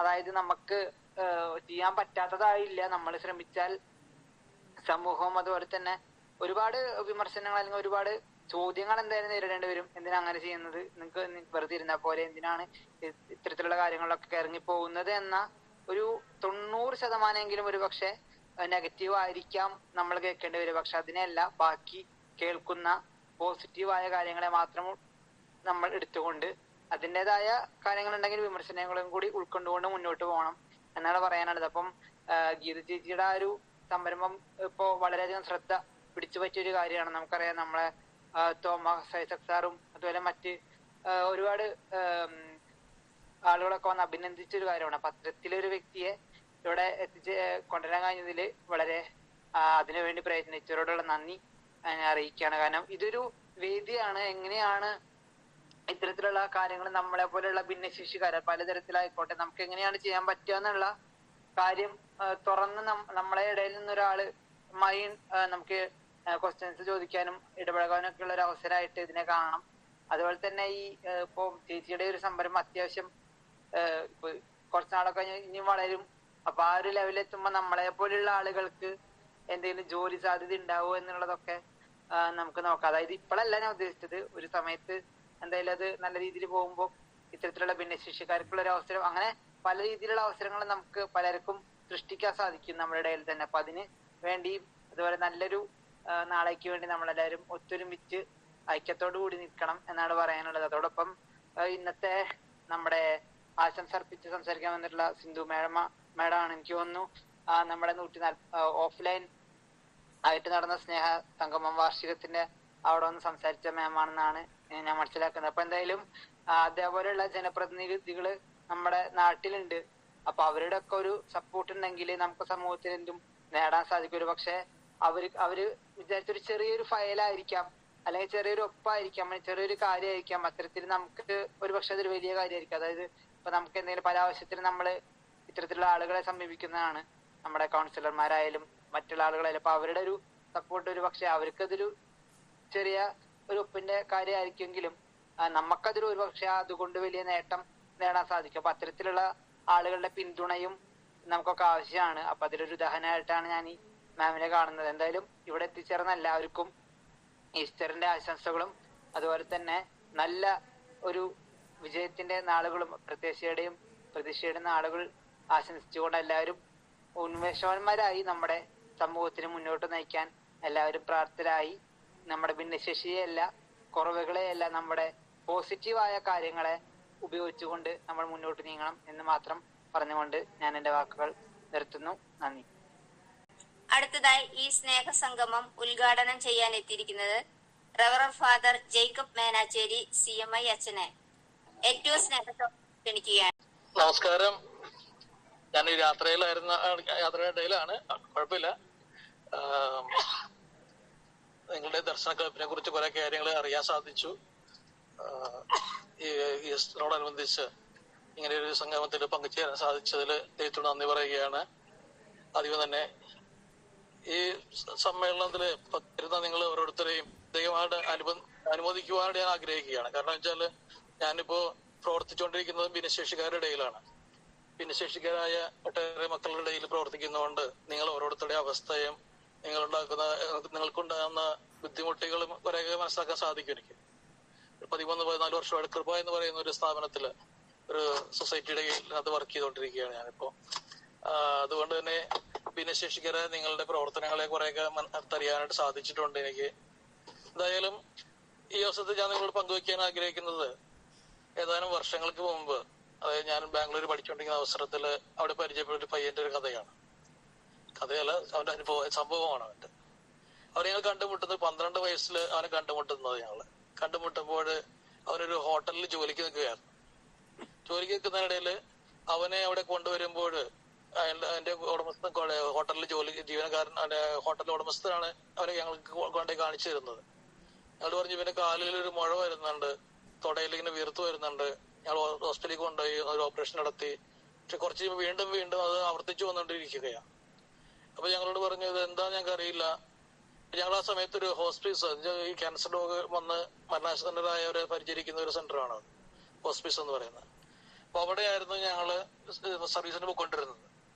അപ്പൊ അവിടെയാണ് ഇയാൾ കൊണ്ടുവരുന്നത്, ഈ പയ്യനെ കൊണ്ടുവന്നത്. അവിടുത്തെ സിസ്റ്റേഴ്സ് പറഞ്ഞു ഞങ്ങള് ചമാച്ചൻ പ്രദേശം അങ്ങോട്ട് വിടാം, ഒന്ന് കാണട്ടെ വരുമെന്ന് പറഞ്ഞിട്ട്. അങ്ങനെ ഞങ്ങൾ ഇയാളുടെ ഹോട്ടലിലേക്ക് ചെന്നു. കുറെ ദൂരം വില്ലേജിലാണ് വീട് ഇവരുടെ. അങ്ങനെ ആ ഹോട്ടലിൽ ചെന്നു. അവിടെ ചെന്ന് കഴിഞ്ഞ് ഇപ്പൊ എന്റെ റിപ്പോർട്ടും കാര്യങ്ങളൊക്കെ കൂടെ കാണിച്ചു. അപ്പൊ ഞങ്ങൾ പറഞ്ഞു ക്യാൻസറിന്റെ എഴുതിയിട്ടുണ്ടല്ലോ ഇതിനകത്ത്. അപ്പൊ നമുക്കൊരു കിഡ്ബൈ ഹോസ്പിറ്റല് ബാംഗ്ലൂർ, നിങ്ങൾക്ക് അറിയാമായിരിക്കും, കിഡ്ബൈ എന്ന് പറഞ്ഞ ഗവൺമെന്റ് ഹോസ്പിറ്റൽ ഒരെണ്ണമുണ്ട്. ഗവൺമെന്റ് ഹോസ്പിറ്റലാണ്, നല്ല ഫെസിലിറ്റി ഉള്ള ഹോസ്പിറ്റലാണത്. അവിടേക്ക് ഇവരെ കൊണ്ടുവരാനായിട്ട് ഞങ്ങൾ പറഞ്ഞു. അപ്പൊ അയാൾ പറഞ്ഞു, ഹോട്ടലിന്റെ ഉടമസ്ഥ പറഞ്ഞു ഇവന്റെ വീട്ടുകാരും ഇല്ല കൊണ്ടുവരാനായിട്ട്, ഞാൻ തന്നെ കൊണ്ടുവന്നോളാം. അങ്ങനെ അയാൾ അവരെ കൊണ്ടുവന്ന് അവിടേക്ക് കൊണ്ടുവന്ന് കഴിഞ്ഞ് പരിശോധിച്ച് കഴിഞ്ഞപ്പോൾ ഡോക്ടർ പറഞ്ഞത് ക്യാൻസറിന്റെ ആണത്, എത്രയും പെട്ടെന്ന് സർജറി ചെയ്ത് ഇവന്റെ കാലോടെ വെച്ച് മുറിച്ച് മാറ്റേണ്ടി വരുമെന്ന് പറഞ്ഞു. അപ്പൊ തുടയുമ്പോഴാണ് മുഴ വന്നിരിക്കുന്നത്. അപ്പൊ അങ്ങനെ വന്നപ്പോ ഡോക്ടർ പറഞ്ഞു ഇവന്റെ വീട്ടിൽ ആരെങ്കിലും ഉണ്ടോ? അപ്പൊ പറഞ്ഞു ഇവന്റെ അപ്പനുണ്ട്, പക്ഷെ അപ്പൻ മദ്യപാനിയായിട്ട് ഇങ്ങനെ വീട്ടിലൊന്നും വരാറില്ല, നാട്ടിലെവിടെയോ ഉണ്ടെന്ന് അത്ര അറിയുള്ളൂ എന്ന് പറഞ്ഞു. അപ്പൊ അയാൾ ഡോക്ടർ പറഞ്ഞു അപ്പൻ ജീവിച്ചിരിക്കുന്നുണ്ടെങ്കിൽ അപ്പന്റെ കൺസെന്റ് വേണം, അല്ലെങ്കിൽ സർജറി ചെയ്യാൻ പറ്റുള്ളൂ എന്ന് പറഞ്ഞു. അങ്ങനെ അപ്പൊ ഹോട്ടലിൽ പറഞ്ഞു കുഴപ്പമില്ല, ഞാൻ അയാളെ സംഘടി കണ്ടുപിടിച്ച് കൊണ്ടൊപ്പിടിച്ച് സമ്മതം മേടിച്ചു തരാമെന്ന് പറഞ്ഞ് അയാളെ കൂട്ടിക്കൊണ്ട് പിറ്റേ ദിവസം വന്നു. അയാള് കൊണ്ടുവന്നപ്പോ അയാൾ നല്ല വെള്ളം അടിച്ചാൽ പൂക്കുറ്റിയായിട്ട് വന്നത്. അയാള് നല്ല നല്ല നാലിയാലല്ല വന്നത് അയാള്. അപ്പൊ അയാൾക്ക് അറിയാൻ പാടില്ല എന്റെ മോനാണ്, എന്താ സംഭവം അറിയില്ല. അയാളെ കൊണ്ടുവന്ന് അയാൾ പറഞ്ഞു ഇതിങ്ങനെ ഒരു സർജറി ചെയ്യാൻ വേണ്ടിയാണ്, ഒന്ന് ഒപ്പിട്ട് തന്നെ എന്ന് പറഞ്ഞ് എവിടെ ഒപ്പിടണ്ടേ ഒപ്പിട്ട് കൊടുത്തു പുള്ളി. എന്താണ് ഏതാണെന്നൊന്നും ചിന്തിക്കാനുള്ള ബോധം അയാൾക്ക് ഉണ്ടായിരുന്നില്ല അയാൾക്ക്. അത് കഴിഞ്ഞ് അയാള് കുറച്ച് പൈസ മേടിച്ചിട്ട് അയാൾ തിരിച്ചുപോയി കഴിഞ്ഞ് ഇവന്റെ സർജറി കയറ്റി കഴിഞ്ഞ ഡോക്ടർ പറഞ്ഞു എന്റെ എല്ല് മുറിച്ചാൽ പോരാ, എല്ല് മൊത്തം എടുത്ത് കളയണമെന്ന് പറഞ്ഞു. അങ്ങനെ തുടയുടെ അവിടെ നിന്ന് ഹിപ്പിന്റെ ജോയിന്റ് ഉൾപ്പെടെ, ജോയിന്റിൽ എല്ലിന്റെ കഷ്ണം ഉൾപ്പെടെ, എല്ലുൾപ്പെടെ, കാലുൾപ്പെടെ മൊത്തത്തിൽ ഊരി മാറ്റേണ്ടി വന്നു അവിടെ നിന്ന്. ഇതെല്ലാം കഴിഞ്ഞ് കുറച്ച് കഴിയുമ്പോൾ വൈകുന്നേരത്തേക്കും ഇയാള് മദ്യപത്തിന്റെ കെട്ടൊക്കെ ഇറങ്ങി കഴിഞ്ഞപ്പോൾ ഇയാൾ ഓർത്ത് തന്നെ ഹോസ്പിറ്റലിൽ കൊണ്ട് ഒപ്പിടിച്ചു കൊടുത്തല്ലോ എന്ന് ഓർമ്മ വന്നത് ഞങ്ങൾക്ക്. ഇയാൾ തിരിച്ച് ഹോസ്പിറ്റലിലേക്ക് വന്നു. അപ്പൊ ഞങ്ങൾ ഇയാളെ കണ്ടു കഴിഞ്ഞപ്പോ ചെന്ന് ഇയാള് ഒച്ചപ്പാടും ബഹളം. ഇയാൾ പറഞ്ഞു എനിക്ക് കൊച്ചിനെ കാണണം, ഇപ്പൊ എന്റെ കൊച്ചിനെ ഇപ്പൊ കാണണം എന്ന് ഒച്ചപ്പാട് അയാൾ എടുത്ത്. ഇയാളെ കൊച്ചിനെ കാണിക്കാന്ന് പറഞ്ഞ് കൊണ്ടുവന്ന് കൊച്ചിന് കാലം മുറിച്ച് കണ്ടു കഴിഞ്ഞപ്പോ ഇയാൾക്ക് ആയ വേഷം ഒച്ചപ്പാടും ബഹളം ഇയാളെ കിടന്നു. ഇയാളിപ്പോ മദ്യപിച്ചിട്ടുണ്ടായിരുന്നു, മദ്യത്തിന്റെ മണം ഉണ്ടായിരുന്നു ഇയാൾക്ക്. ഇയാള് ഞങ്ങൾ പറഞ്ഞിട്ട് എന്ത് പറയാൻ കൂട്ടാക്കാതെ വന്നു കഴിഞ്ഞപ്പോ അവസാനം സെക്യൂരിറ്റി വിളിച്ചു പറഞ്ഞു ഇയാൾ മദ്യപിച്ചോട് ബഹളം ഉണ്ടാക്കണ്ടെന്ന് പറഞ്ഞു. അപ്പൊ ഇവരുടെ 2 ആൺമക്കളാണ് ഇയാൾക്കുള്ളത്. അത് ഇളയ കുഞ്ഞാണ് നമ്മൾ ഈ പേഷ്യന്റ് ആയിട്ടുള്ളത്. പക്ഷെ മുതിർന്ന കുഞ്ഞ് നമ്മളുടെ അവിടെ അടുത്ത് തന്നെ ഒരു അച്ഛന്മാരുടെ ഒരു ആശ്രമത്തിൽ ജോലിക്ക് കേൾക്കുന്നുണ്ടായിരുന്നു. അവനാണ് കൂടെ നിന്നിരുന്നത്. അവനാണ് അവർക്ക് 2 പേർക്കും ഈ അപ്പനെ കാണാൻ ഇഷ്ടമില്ലാത്ത മക്കളായിരുന്നു അവര്. കാരണം വെച്ചാൽ അപ്പം നമുക്കൊന്നും തന്നിട്ടില്ല, മിഠായി പോലും മേടിച്ചു കൊടുത്തിട്ടില്ല ഇവർക്ക്. എന്നും അപ്പനെ തെറിയും ബഹളം അല്ലാതെ ഒന്നും കിട്ടിയിട്ടില്ല ഇവർക്ക്, സ്കൂളിൽ പോലും പോകാൻ പറ്റിയിട്ടില്ല ഇവർക്ക്. അങ്ങനെ ഇരിക്കുന്ന കുഞ്ഞിനെ നമുക്ക് ട്രീറ്റ്മെന്റിന് കൊണ്ടുവന്ന അവസാനം എന്ത് പറയേണ്ടത്, അപ്പനോട് ഞങ്ങൾ പറഞ്ഞു മദ്യപിക്കാതെ വന്നാലേ ഇനി കാണിക്കുള്ളൂ എന്ന് പറഞ്ഞ് അയാൾക്കായ വിഷമമായി. ഞങ്ങൾ കുറെ സംസാരിച്ച് അയാളോട്, അയാൾ പുറത്ത് കൊണ്ടുപോയി സംസാരിച്ച് പിറ്റേ ദിവസം അയാൾ വന്നു. കുറച്ച് ഫ്രൂട്ട്സ് ഒക്കെ മേടിച്ചിട്ട് വന്നേക്കുവാ അയാൾ. അല്പം പോലും മദ്യപിക്കാതെ അയാൾ വന്നു. അയാൾ പറഞ്ഞു ഞാൻ മദ്യപാനം പൂർണ്ണമായിട്ട് നിർത്തി, എനിക്കെന്നെ മക്കൾ മതി എനിക്ക്. അങ്ങനെ അയാൾ മദ്യപാനത്തിൽ പൂർണ്ണമായിട്ട് വിമുക്തി നേടിക്കൊണ്ട് കുഞ്ഞിന്റെ അടുത്ത് വന്ന് കുറച്ച് സമയം അവരോട് സ്പെൻഡ് ചെയ്തിട്ട് അയാൾ തിരിച്ചു പോയി. ഇനി കുഞ്ഞിനെ ഞങ്ങൾ ട്രീറ്റ്മെന്റിന്റെ ഭാഗമായിട്ട് ഈ ഹോസ്പിറ്റലിൽ കൊണ്ടാക്കി ട്രീറ്റ്മെന്റ് ഒക്കെ നടത്തി എല്ലാം റെഡിയായി വന്നു കഴിഞ്ഞപ്പോൾ ഡോക്ടേഴ്സിനോട് 6 മാസം കഴിഞ്ഞപ്പോൾ ഡോക്ടർ പറഞ്ഞു ഞങ്ങൾക്ക് ഉറപ്പൊന്നും പറയാൻ പറ്റില്ല, എങ്കിൽ 6 മാസം കഴിഞ്ഞിട്ട് ചെക്കപ്പിന് ചെന്ന് കഴിഞ്ഞപ്പോൾ ഡോക്ടർ പറഞ്ഞു 100% അവന്റെ ക്യാൻസർ മാറിയിട്ടുണ്ടെന്ന് പറഞ്ഞു. പിന്നെ ഞങ്ങൾ അവനെ സ്കൂളിൽ ചേർക്കാനുള്ള സംവിധാനമായി അവന് മറ്റേ സെന്ററിലേക്ക് കൊണ്ടുപോകാനാക്കി. അവനിപ്പോ പഠിച്ച് നല്ല മിടുക്കനായിട്ട് കോളേജിൽ പഠനമെല്ലാം പൂർത്തീകരിച്ച് മുന്നോട്ട് പോയിക്കൊണ്ടിരിക്കുകയായിരുന്നു. അവന്റെ ജീവിതത്തിൽ ഒരു ഞാൻ പറയാൻ കാരണം വേറെ ഒന്നല്ല, അവനും ഒരു ഇത് പറഞ്ഞാൽ അവന്റെ ജീവിതം ആ ക്യാൻസറോടുകൂടി തീർന്നു പോയേനെ ഒരു പക്ഷെ. അവിടെ ഒരു സമയത്ത് ഞങ്ങൾക്ക് ഒരു പക്ഷെ ഇടപെടാനായിട്ട് ദൈവം ഇടവരുത്തി. ആ ഇടപെടലിലൂടെ അവന് കാലുവര മാറ്റേണ്ടി വന്നാലും ഒറ്റക്കാലിനായിട്ട് അവൻ ജീവിച്ച് ജീവിതത്തിൽ വിജയം നേടുവാനായിട്ട് അവന് സാധിച്ചു. അവിടെ അത് അവനെ സംബന്ധിച്ച് ഒരു പുനർജന്മം പ്രാപിച്ചതുപോലെ അവൻ പറയുകയാണ്. ഞങ്ങളത് കഴിഞ്ഞ് അവനെ കാണാനായിട്ട് വീണ്ടും ചെന്ന് കഴിഞ്ഞപ്പോൾ അവന്റെ പഠിച്ച സ്കൂളിൽ നിന്ന് അവൻ സ്കൂളില് ഹൈ ജമ്പ് ചാടാനായിട്ട് പോയി ഫസ്റ്റ് മേടിച്ചതിന്റെ അതിന്റെ പടങ്ങളും പത്രത്തിൽ വന്ന ന്യൂസ് കാണിച്ചുകൊണ്ട് ഞങ്ങളുടെ അടുത്ത് വന്നിരിക്കുക. വന്നിട്ട് ആ ഫോട്ടോ കാണിച്ചിട്ട് പറയാ, കണ്ട അച്ഛാ നിങ്ങളെന്നെ സഹായിച്ചത് കൊണ്ട് ഇപ്പൊ സ്കൂളിൽ ഹൈ ജമ്പിന് ഫസ്റ്റ് മേടിക്കാൻ എനിക്ക് സാധിച്ചു. എനിക്ക് ഒറ്റക്കാലിൽ ഹൈ ജമ്പ് ചാടിയെന്ന് ഓർക്കണം. മറ്റു കുട്ടികളോടൊപ്പത്തിൽ മത്സരിച്ചപ്പോൾ ഒറ്റക്കാലും ചാടിയാണ് ഹൈ ജമ്പ് ഫസ്റ്റ് മേടിച്ചത് തന്നെ. അവിടെ നമ്മൾ ഓർക്കുക, നമ്മൾ ഭിന്നശേഷിക്കാരാണ്, അല്ലെങ്കിൽ ജീവിതത്തിൽ എന്തെങ്കിലും ബുദ്ധിമുട്ടുകൾ അനുഭവിക്കുന്നവരാണ് നമ്മൾ ഓരോരുത്തരും. പക്ഷെ ആ ബുദ്ധിമുട്ടിനെ ഓർത്തുകൊണ്ട് വിലപിച്ചുകൊണ്ടിരുന്നിട്ട് കാര്യമില്ല. നമ്മൾ അതിനെ അതിജീവിക്കുവാനായിട്ട് നമുക്ക് സാധിക്കുമ്പോഴാണ് നമ്മൾ തീർച്ചയായിട്ടും നമ്മുടെ ജീവിതത്തിൽ ഒരു ഉത്ഥാനം നേടിയെടുക്കുവാനായിട്ട്, ജീവിതത്തിൽ വിജയം നേടുവാനായിട്ട് നമുക്ക് സാധിക്കുകയുള്ളൂ. അതുകൊണ്ട് നിങ്ങൾ ഓരോരുത്തരും അങ്ങനെ വിജയം നേടിക്കൊണ്ടിരിക്കുന്നവരാണെന്ന് എനിക്കറിയാം. നിങ്ങൾ റിപ്പോർട്ട് വായിച്ചപ്പോൾ കേട്ടപ്പോൾ തന്നെ ഒട്ടേറെ കാര്യങ്ങൾ അതിനകത്ത് കേൾക്കുവാനായിട്ട് സാധിച്ചു. വളരെ മനോഹരമായിരിക്കുന്നത്. അതുപോലെ നിങ്ങളുടെ ക്ലബിൽപ്പെട്ട കുറച്ച് പേര് കൃപയെ അറിയാവുന്നവരുണ്ട് അവിടെ. കാരണം കൃപയിൽ നിന്ന് കേരളത്തിൽ പ്രതിനിധീകരിച്ചുള്ള വീൽചെയർ ബാസ്കറ്റ്ബോൾ ടീം പോകുമ്പോൾ ദർശന ക്ലബിൽ പങ്കുള്ള കുറച്ച് സഹോദരിമാർ ഞങ്ങളുടെ കൂടെ ടീമിൽ ഉണ്ടാവാറുണ്ട്. കഴിഞ്ഞ പ്രാവശ്യം ഡൽഹിയിൽ മത്സരങ്ങളിൽ പോയപ്പോഴും അവരുണ്ടായിരുന്നു ഞങ്ങളുടെ കൂടെ. കൃപയ എന്ന് പറയുന്നത് Kerala rehabilitation institute for the physically affected എന്നുള്ളതാണ് കൃപ എന്നുള്ളത് അർത്ഥമാക്കുക. അവിടെ ഇവിടെ നമുക്ക് ഭിന്നശേഷിക്കാരായ എല്ലാ ആളുകളെയും ഉൾക്കൊള്ളുന്ന ഒരു സ്ഥാപനമാണ് നമ്മൾ. ഇപ്പൊ കൂടുതലായിട്ടും അംഗവൈകല്യമുള്ളവര് കുറവായതുകൊണ്ട് കൂടുതലും ബുദ്ധിമാന്യമുള്ളവര്, ഓട്ടിസം ഉള്ളവര്, ഹൈപ്പർ ആക്റ്റീവ് ആയിട്ടുള്ളവര്, അങ്ങനെ പല കാറ്റഗറിയിലുള്ള കുട്ടികൾ അവിടെ വന്ന് ട്രെയിനിങ് സ്വീകരിച്ച് പോകുന്നുണ്ടെന്ന്. അവിടെ തൊഴിൽ പരിശീലനത്തിനായിട്ട് വരുന്നവരുണ്ട്, അല്ലാതെ സ്കൂളിൽ വന്ന് അക്കാഡമിക്കായിട്ട് പരിശീലനം നേടുന്നവരുണ്ട്, ഒരു തെറാപ്പിക്ക് മാത്രം വരുന്നവരുണ്ട്. അവിടെ പലതരത്തിലുള്ള ആളുകൾ അവിടെ വരുന്നുണ്ട്. ഈ അവസരത്തില് നിങ്ങളെല്ലാവരെയും കൃപയിലേക്ക് സ്വാഗതം ചെയ്യാൻ വേണ്ടി കൂടി ഞാൻ അവസരം ഉപയോഗിക്കുകയാണ്. കാരണം ഭിന്നശേഷി സൗഹൃദമായ ഒരു സ്ഥാപനം, അല്ല അങ്ങനെ കുത്തക ആളുകളെ പരിചരിക്കുന്ന, അവരെ പരിശീലനം നൽകുന്ന ഒരു സ്ഥാപനം എന്ന രീതിയിൽ നിങ്ങൾക്ക് തീർച്ചയായിട്ടും അവിടെ വരാനും അവിടുത്തെ കാര്യങ്ങൾ കണ്ടും കേട്ടും അനുഭവിച്ചു മനസ്സിലാക്കുവാനുള്ള അവകാശമുണ്ട്. അവിടെ നിങ്ങൾ പ്രത്യേകമായിട്ട് അസിസ്റ്റന്റ് ഡയറക്ടർ എന്ന രീതിയിലും ഒരു ഭിന്നശേഷി പരിശീലകൻ എന്ന രീതിയിലും നിങ്ങളെ ഞാൻ കൃപയിലേക്ക് കൂടി സ്വാഗതം ചെയ്യുകയാണ്. നിങ്ങളുടെ ഈ 146ാമത്തെ ഈ മീറ്റിംഗിൽ നിങ്ങളുടെ കൂടെ ആയിരിക്കുവാനായിട്ട് സാധിച്ചതിൽ ഒട്ടേറെ സന്തോഷമുണ്ട് എനിക്ക്. പ്രിൻസി മാം, നമ്മുടെ ഔദാരികയായ പ്രിൻസി ചാക്കോ എന്റെ ആന്റിയാണ്. പ്രിൻസിയുടെ ഹസ്ബൻഡ് മരിച്ചുപോയ ചാക്കുണ്ണികള് എന്റെ അമ്മയുടെ ആങ്ങളെയാണ്. അതുകൊണ്ട് തന്നെയാണ് ഈ പരിപാടിയിൽ വരുവാനായിട്ട് എനിക്കൊരു അവസരം കിട്ടിയതെന്ന് ഞാൻ മനസ്സിലാക്കുക. ഏതായാലും സോളമൻ അച്ഛന് പല പ്രാവശ്യം അച്ഛക്ക് മുമ്പ് കൃപയിൽ വന്നിട്ടുണ്ട്, കൃപയിൽ വെച്ച് അതിനെ കണ്ടിട്ടുള്ളത്. പക്ഷെ എന്നാലും ഇന്നിപ്പോ മീറ്റിങ്ങിൽ അച്ഛനിപ്പം കാണാൻ പറ്റാതെ പോയാലൊരു വിഷമമുണ്ട് എനിക്ക്. എന്തായാലും നിങ്ങളുടെ ഈ സംരംഭം നല്ല രീതിയിൽ മുന്നോട്ട് പോകുന്നു എന്ന് പറയുന്നതിൽ സന്തോഷം. കൂടുതൽ ഭംഗിയായിട്ട് ഇനിയും കൂടുതലായിട്ട് നന്നായിട്ട് മുന്നോട്ട് പോകട്ടെ എന്ന് ഈ അവസരത്തിൽ ആശംസിക്കുന്നു. എല്ലാവർക്കും നല്ലൊരു ഉയർപ്പ് തിരുനാളിന്റെ ആശംസകൾ ഏറ്റവും സ്നേഹത്തോടെ നേർന്നുകൊണ്ട് നിർത്തട്ടെ. പരിപാടി ഉദ്ഘാടനം ചെയ്തതായിട്ട് അറിയിക്കുന്നു. നന്ദി, നമസ്കാരം. അടുത്തതായിട്ട് നമുക്ക് ഇവിടെ മുഖ്യ അതിഥിയായി വന്നിരിക്കുന്നത് ശ്രീമതി ഗീത സലീഷാണ്. ജീവിതം വെറുതെ ജീവിച്ചു കഴിക്കാനുള്ളതല്ല എന്ന് നമ്മെ ബോധ്യപ്പെടുത്തിക്കൊണ്ട് പ്രതിസന്ധികൾ നിറഞ്ഞ് തരണം ചെയ്ത് മുന്നേറിയ ഒരു ചെറുകിട സംരംഭകയാണ് ഗീത സലീഷ്. മാഡത്തിന്റെ വാക്കുകളിൽ നാം ക്ഷണിക്കുകയാണ്. എന്റെ പേര് ഗീത സലീഷ്. തൃശ്ശൂര് നമ്മുടെ അമലാനഗറിലാണ് ഞാൻ താമസിക്കുന്നത്. അതിനോട് അനുബന്ധിച്ച് തന്നെയാണ് ഗീത സ്റ്റോം ഫാം എന്നുള്ള എന്റെ സംരംഭം ഒരുമിച്ച് കൊണ്ടുവന്നത്. അപ്പൊ ഞാൻ ചെയ്തുകൊണ്ടിരിക്കുന്ന ഒരു കാര്യം എന്ന് വെച്ച് കഴിഞ്ഞാല് നമ്മുടെ മഞ്ഞള് കൃഷി ചെയ്തുകൊണ്ട് അതിന്റെ മൂല്യവർദ്ധിത ഉൽപ്പന്നങ്ങളാണ് ഞാനിന്ന് സെയില് ചെയ്തുകൊണ്ടിരിക്കുന്നത്. അപ്പൊ മഞ്ഞൾ കൃഷി ചെയ്യുകയും അതോടൊപ്പം തന്നെ അതിൽ നിന്ന് ഒരു മൂല്യവർദ്ധിത ഉൽപ്പന്നങ്ങൾ ഉണ്ടാക്കിക്കൊണ്ട് അത് മാർക്കറ്റിംഗ് ചെയ്തുകൊണ്ടാണ് ഞാൻ എന്റെ പ്രൊജക്ട് മുന്നോട്ട് കൊണ്ടുപോവാണ്. ഇപ്പൊ 4 വർഷമായി എന്റെ പ്രൊജക്ട് സ്റ്റാർട്ട് ചെയ്തിട്ട്, ഇത് 5ാമത്തെ വർഷമാണ്. അപ്പൊ ഈ ഒരു രീതിയിലാണ് ഞാൻ പോയിക്കൊണ്ടിരിക്കുന്നത്. അപ്പൊ ശരിക്കും പറഞ്ഞു കഴിഞ്ഞാല് 100% ബ്ലൈൻഡ് ആയിട്ടുള്ള ഒരു പേഴ്സൺ ആണ് ഞാൻ.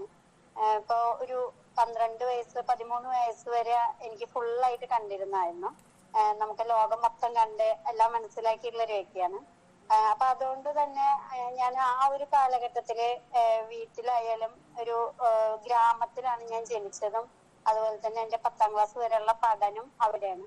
അപ്പൊ അതുകൊണ്ട് തന്നെ കൃഷിയൊക്കെ ആയിട്ട് ഒരുപാട് ബന്ധപ്പെട്ടിട്ടായിരുന്നു എന്റെ കുട്ടിക്കാലം ഉണ്ടായിരുന്നത്. അപ്പൊ എനിക്ക് ഈ ഒരു സംരംഭം സ്റ്റാർട്ട് ചെയ്യുന്ന സമയത്തും അത് ഇപ്പൊ ഞാൻ ഈ ചെയ്തുകൊണ്ടിരിക്കുന്ന പ്രവർത്തനങ്ങളിലും എനിക്ക് ഒരുപാട് അത് ഹെൽപ്ഫുൾ ആയിട്ടുണ്ട്. ശരിക്കും പറഞ്ഞു കഴിഞ്ഞാല് ഒരിക്കലും ഒരു കാഴ്ച ഇല്ല എന്നുള്ള ആ ഒരു രീതിയിൽ ചിന്തിക്കുന്ന ഒരു കാലഘട്ടം എന്ന് പറഞ്ഞു കഴിഞ്ഞാൽ എന്റെ ഒരു 10ാം ക്ലാസ് ഒരു 10-20 വയസ്സ് വരെയാണ് ഞാൻ അങ്ങനെ ചിന്തിച്ചിട്ടുള്ളൂ. പിന്നീട് എനിക്ക് അങ്ങനത്തെ ആ ഒരു രീതിയിൽ ചിന്ത പോയിട്ടില്ല.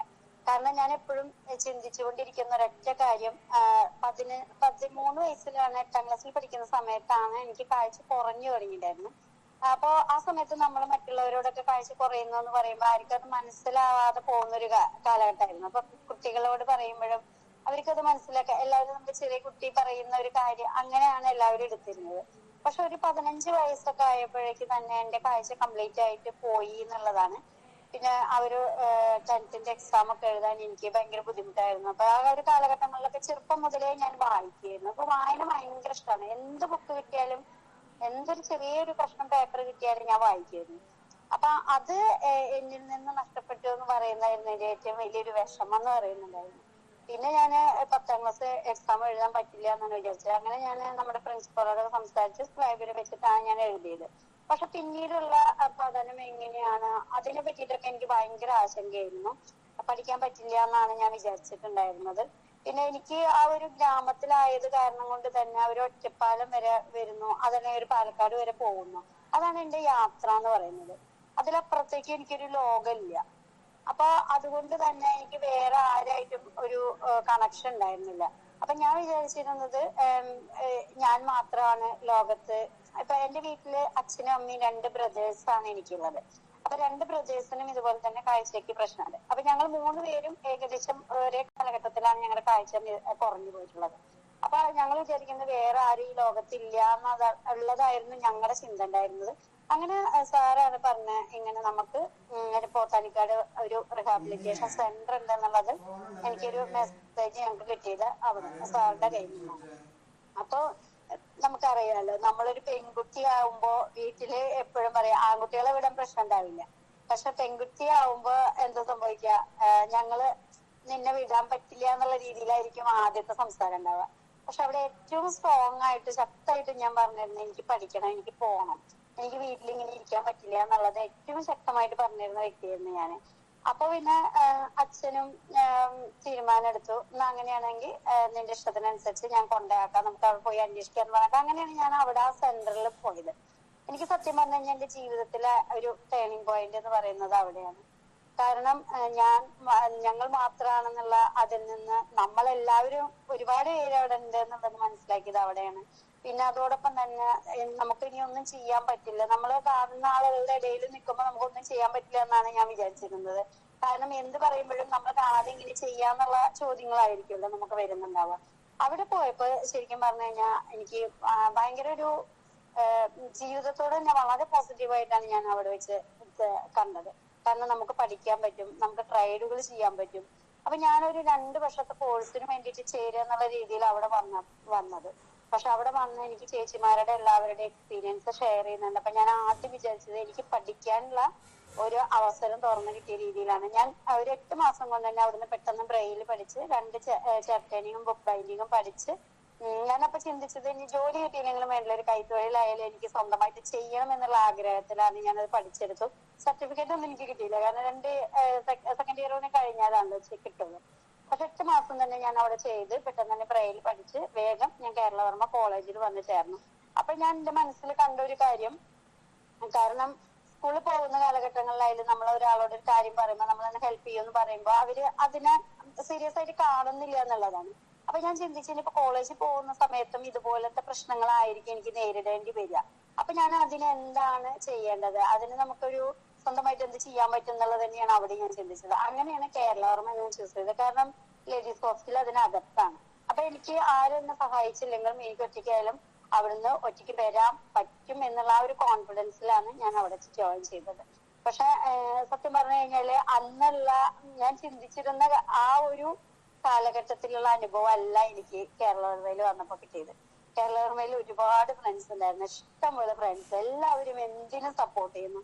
എവിടേക്ക് കൊണ്ടുപോകാനായാലും നമ്മുടെ എന്ത് കാര്യത്തിനായാലും അത് ആൺകുട്ടികൾ പെൺകുട്ടികൾ എന്നുള്ള ഭേദമില്ലാത്ത രീതിയിലുള്ള സപ്പോർട്ടാണ് എനിക്ക് കിട്ടിയത്. അപ്പൊ സത്യം പറഞ്ഞാൽ എനിക്ക് ഭയങ്കര സന്തോഷമായിരുന്നു. നമ്മൾ വിചാരിക്കുന്നതെല്ലാം നമ്മള് സമൂഹത്തിലേക്ക് നമ്മുടെ ആഗ്രഹവുമായിട്ട് മുന്നോട്ട് വരുമ്പോൾ നമുക്ക് കിട്ടുന്ന സമീപനം എന്ന് പറഞ്ഞു കഴിഞ്ഞാൽ അത് വലുതാണെന്നുള്ളത് ആ ഒരു തിരിച്ചറിവ് എനിക്ക് അവിടെ നിന്നാണ് മനസ്സിലായത്.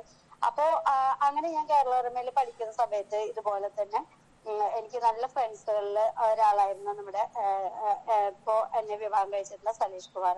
അദ്ദേഹമായിട്ട് പരിചയപ്പെട്ടു. ഞങ്ങൾ അതുപോലെ തന്നെ സംസാരിച്ച് അപ്പോ ഇതുപോലെ തന്നെ ഞങ്ങൾ ജീവിതം മുന്നോട്ട് കൊണ്ടുപോവാ എന്നുള്ള രീതിയിൽ ഞങ്ങൾ അവിടെ വെച്ചിട്ട് പ്ലാൻ ചെയ്തു. സാധാരണ എല്ലാവരും ആ ഒരു പ്രായത്തില് കൂടുതലും പ്രണയത്തെ പറ്റി സംസാരിക്കുമ്പോൾ ഞങ്ങളുടെ ഒരു പ്രണയം എന്ന് പറഞ്ഞാൽ വളരെ സീരിയസ് ആയിട്ടുള്ള ഒരു യാഥാസ്ഥിതിക മനസ്സിലാക്കിക്കൊണ്ടായിരുന്നു എന്ന് എനിക്ക് തോന്നുന്നു.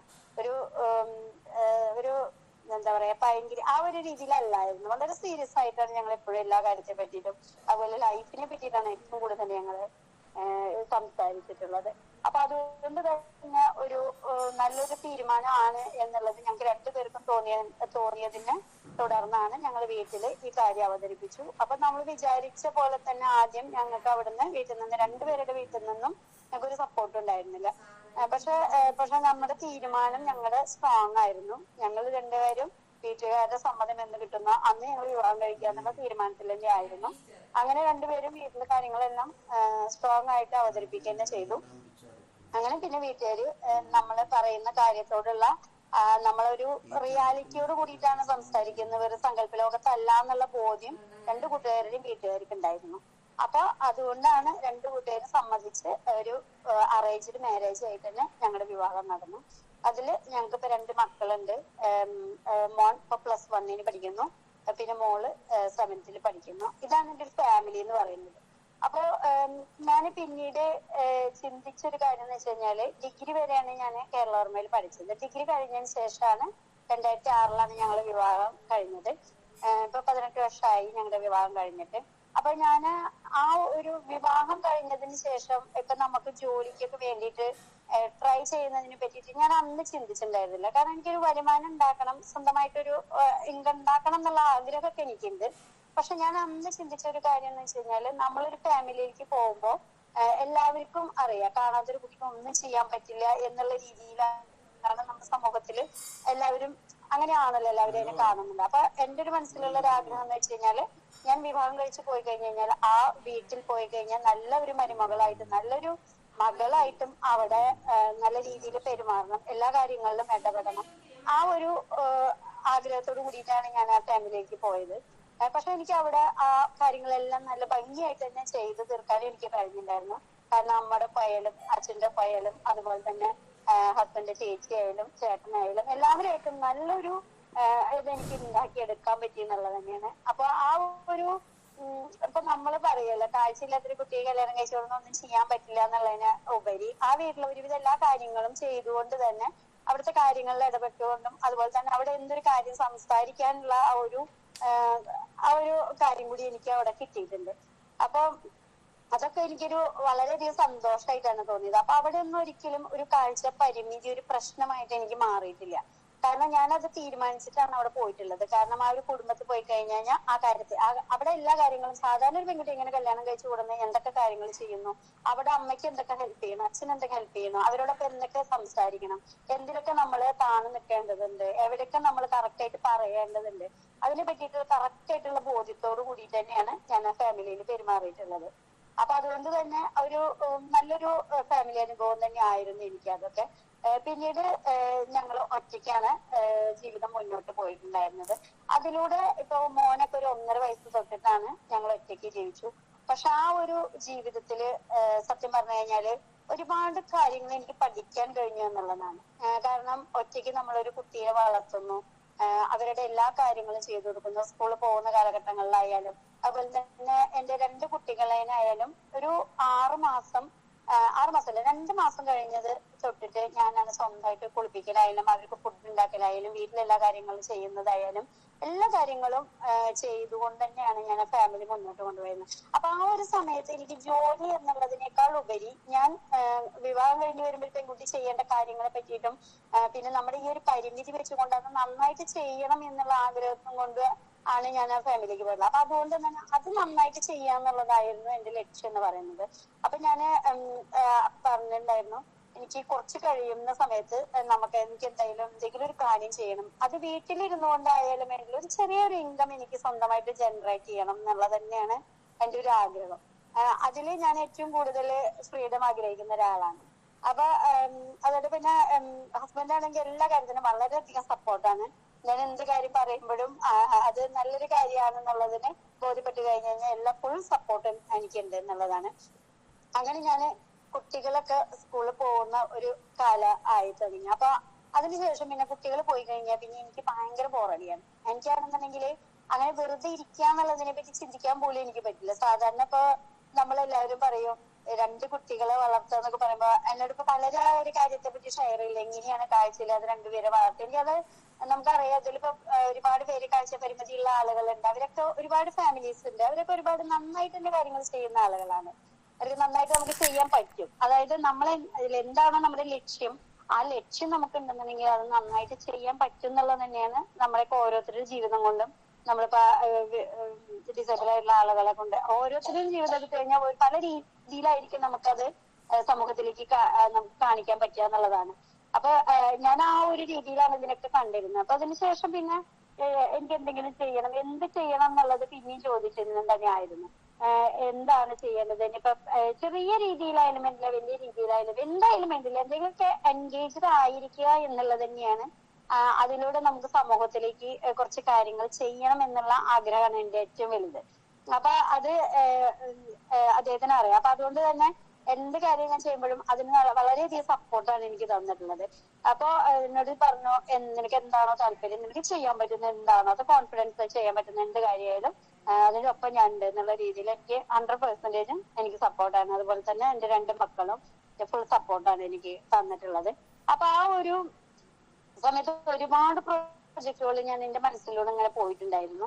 അങ്ങനെ ഞാൻ ആദ്യമായിട്ട് ഞാൻ സ്റ്റാർട്ട് ചെയ്തിട്ടുള്ള ഒരു കാര്യം എന്ന് വെച്ചാൽ ഞാൻ കുറച്ച് കോഴികളെ വാങ്ങിയിട്ടാണ് ഞാൻ സ്റ്റാർട്ട് ചെയ്തത്.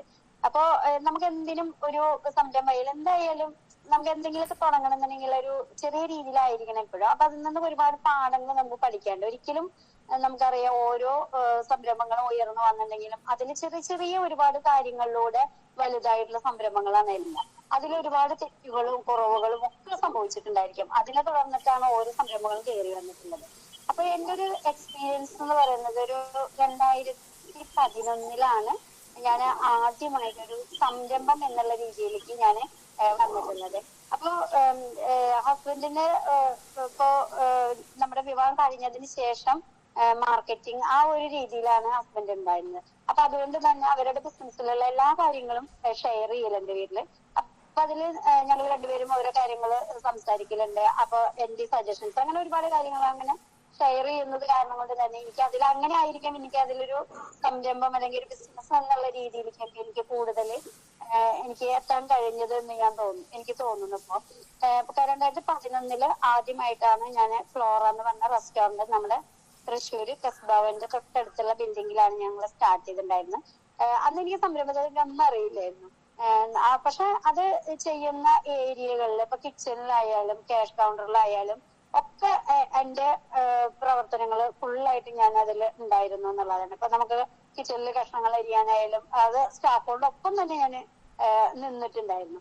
അപ്പൊ അതൊക്കെ ഞാനൊരു സന്തോഷത്തോട് കൂടിയിട്ടാണ് ചെയ്തിട്ടുണ്ടായിരുന്നത്. പക്ഷെ അതൊരു 2 വർഷം കൊണ്ട് തന്നെ ആ ഒരു ബിൽഡിംഗ് പൊളിക്കുന്നതിനെ തുടർന്ന് അത് പെട്ടെന്ന് നിർത്തേണ്ടി വന്നു. അപ്പോഴാണ് എനിക്ക് മനസ്സിലായത് ഒരു സംരംഭം സ്റ്റാർട്ട് ചെയ്തിട്ട് പെട്ടെന്ന് നിർത്തുമ്പോൾ നമുക്കുണ്ടാവുന്ന ഒരുപാട് ബുദ്ധിമുട്ടുകൾ എന്താന്നുള്ളത് മനസ്സിലായത് ആ ഒരു സംരംഭത്തിലൂടെയാണ്. അപ്പൊ അതിനുശേഷം ഹസ്ബൻഡ് സ്വന്തമായിട്ട് ഹസ്ബൻഡിന്റെ വർക്ക് എന്ന് പറയുന്നത് ഇതാണ്, മറ്റേ മെഡിക്കൽ റെപ്രസെന്റേറ്റീവ് ആണ് ആള്. അതുപോലെ മെഡിക്കൽ ഡിസ്ട്രിബ്യൂഷൻ ഉണ്ട്.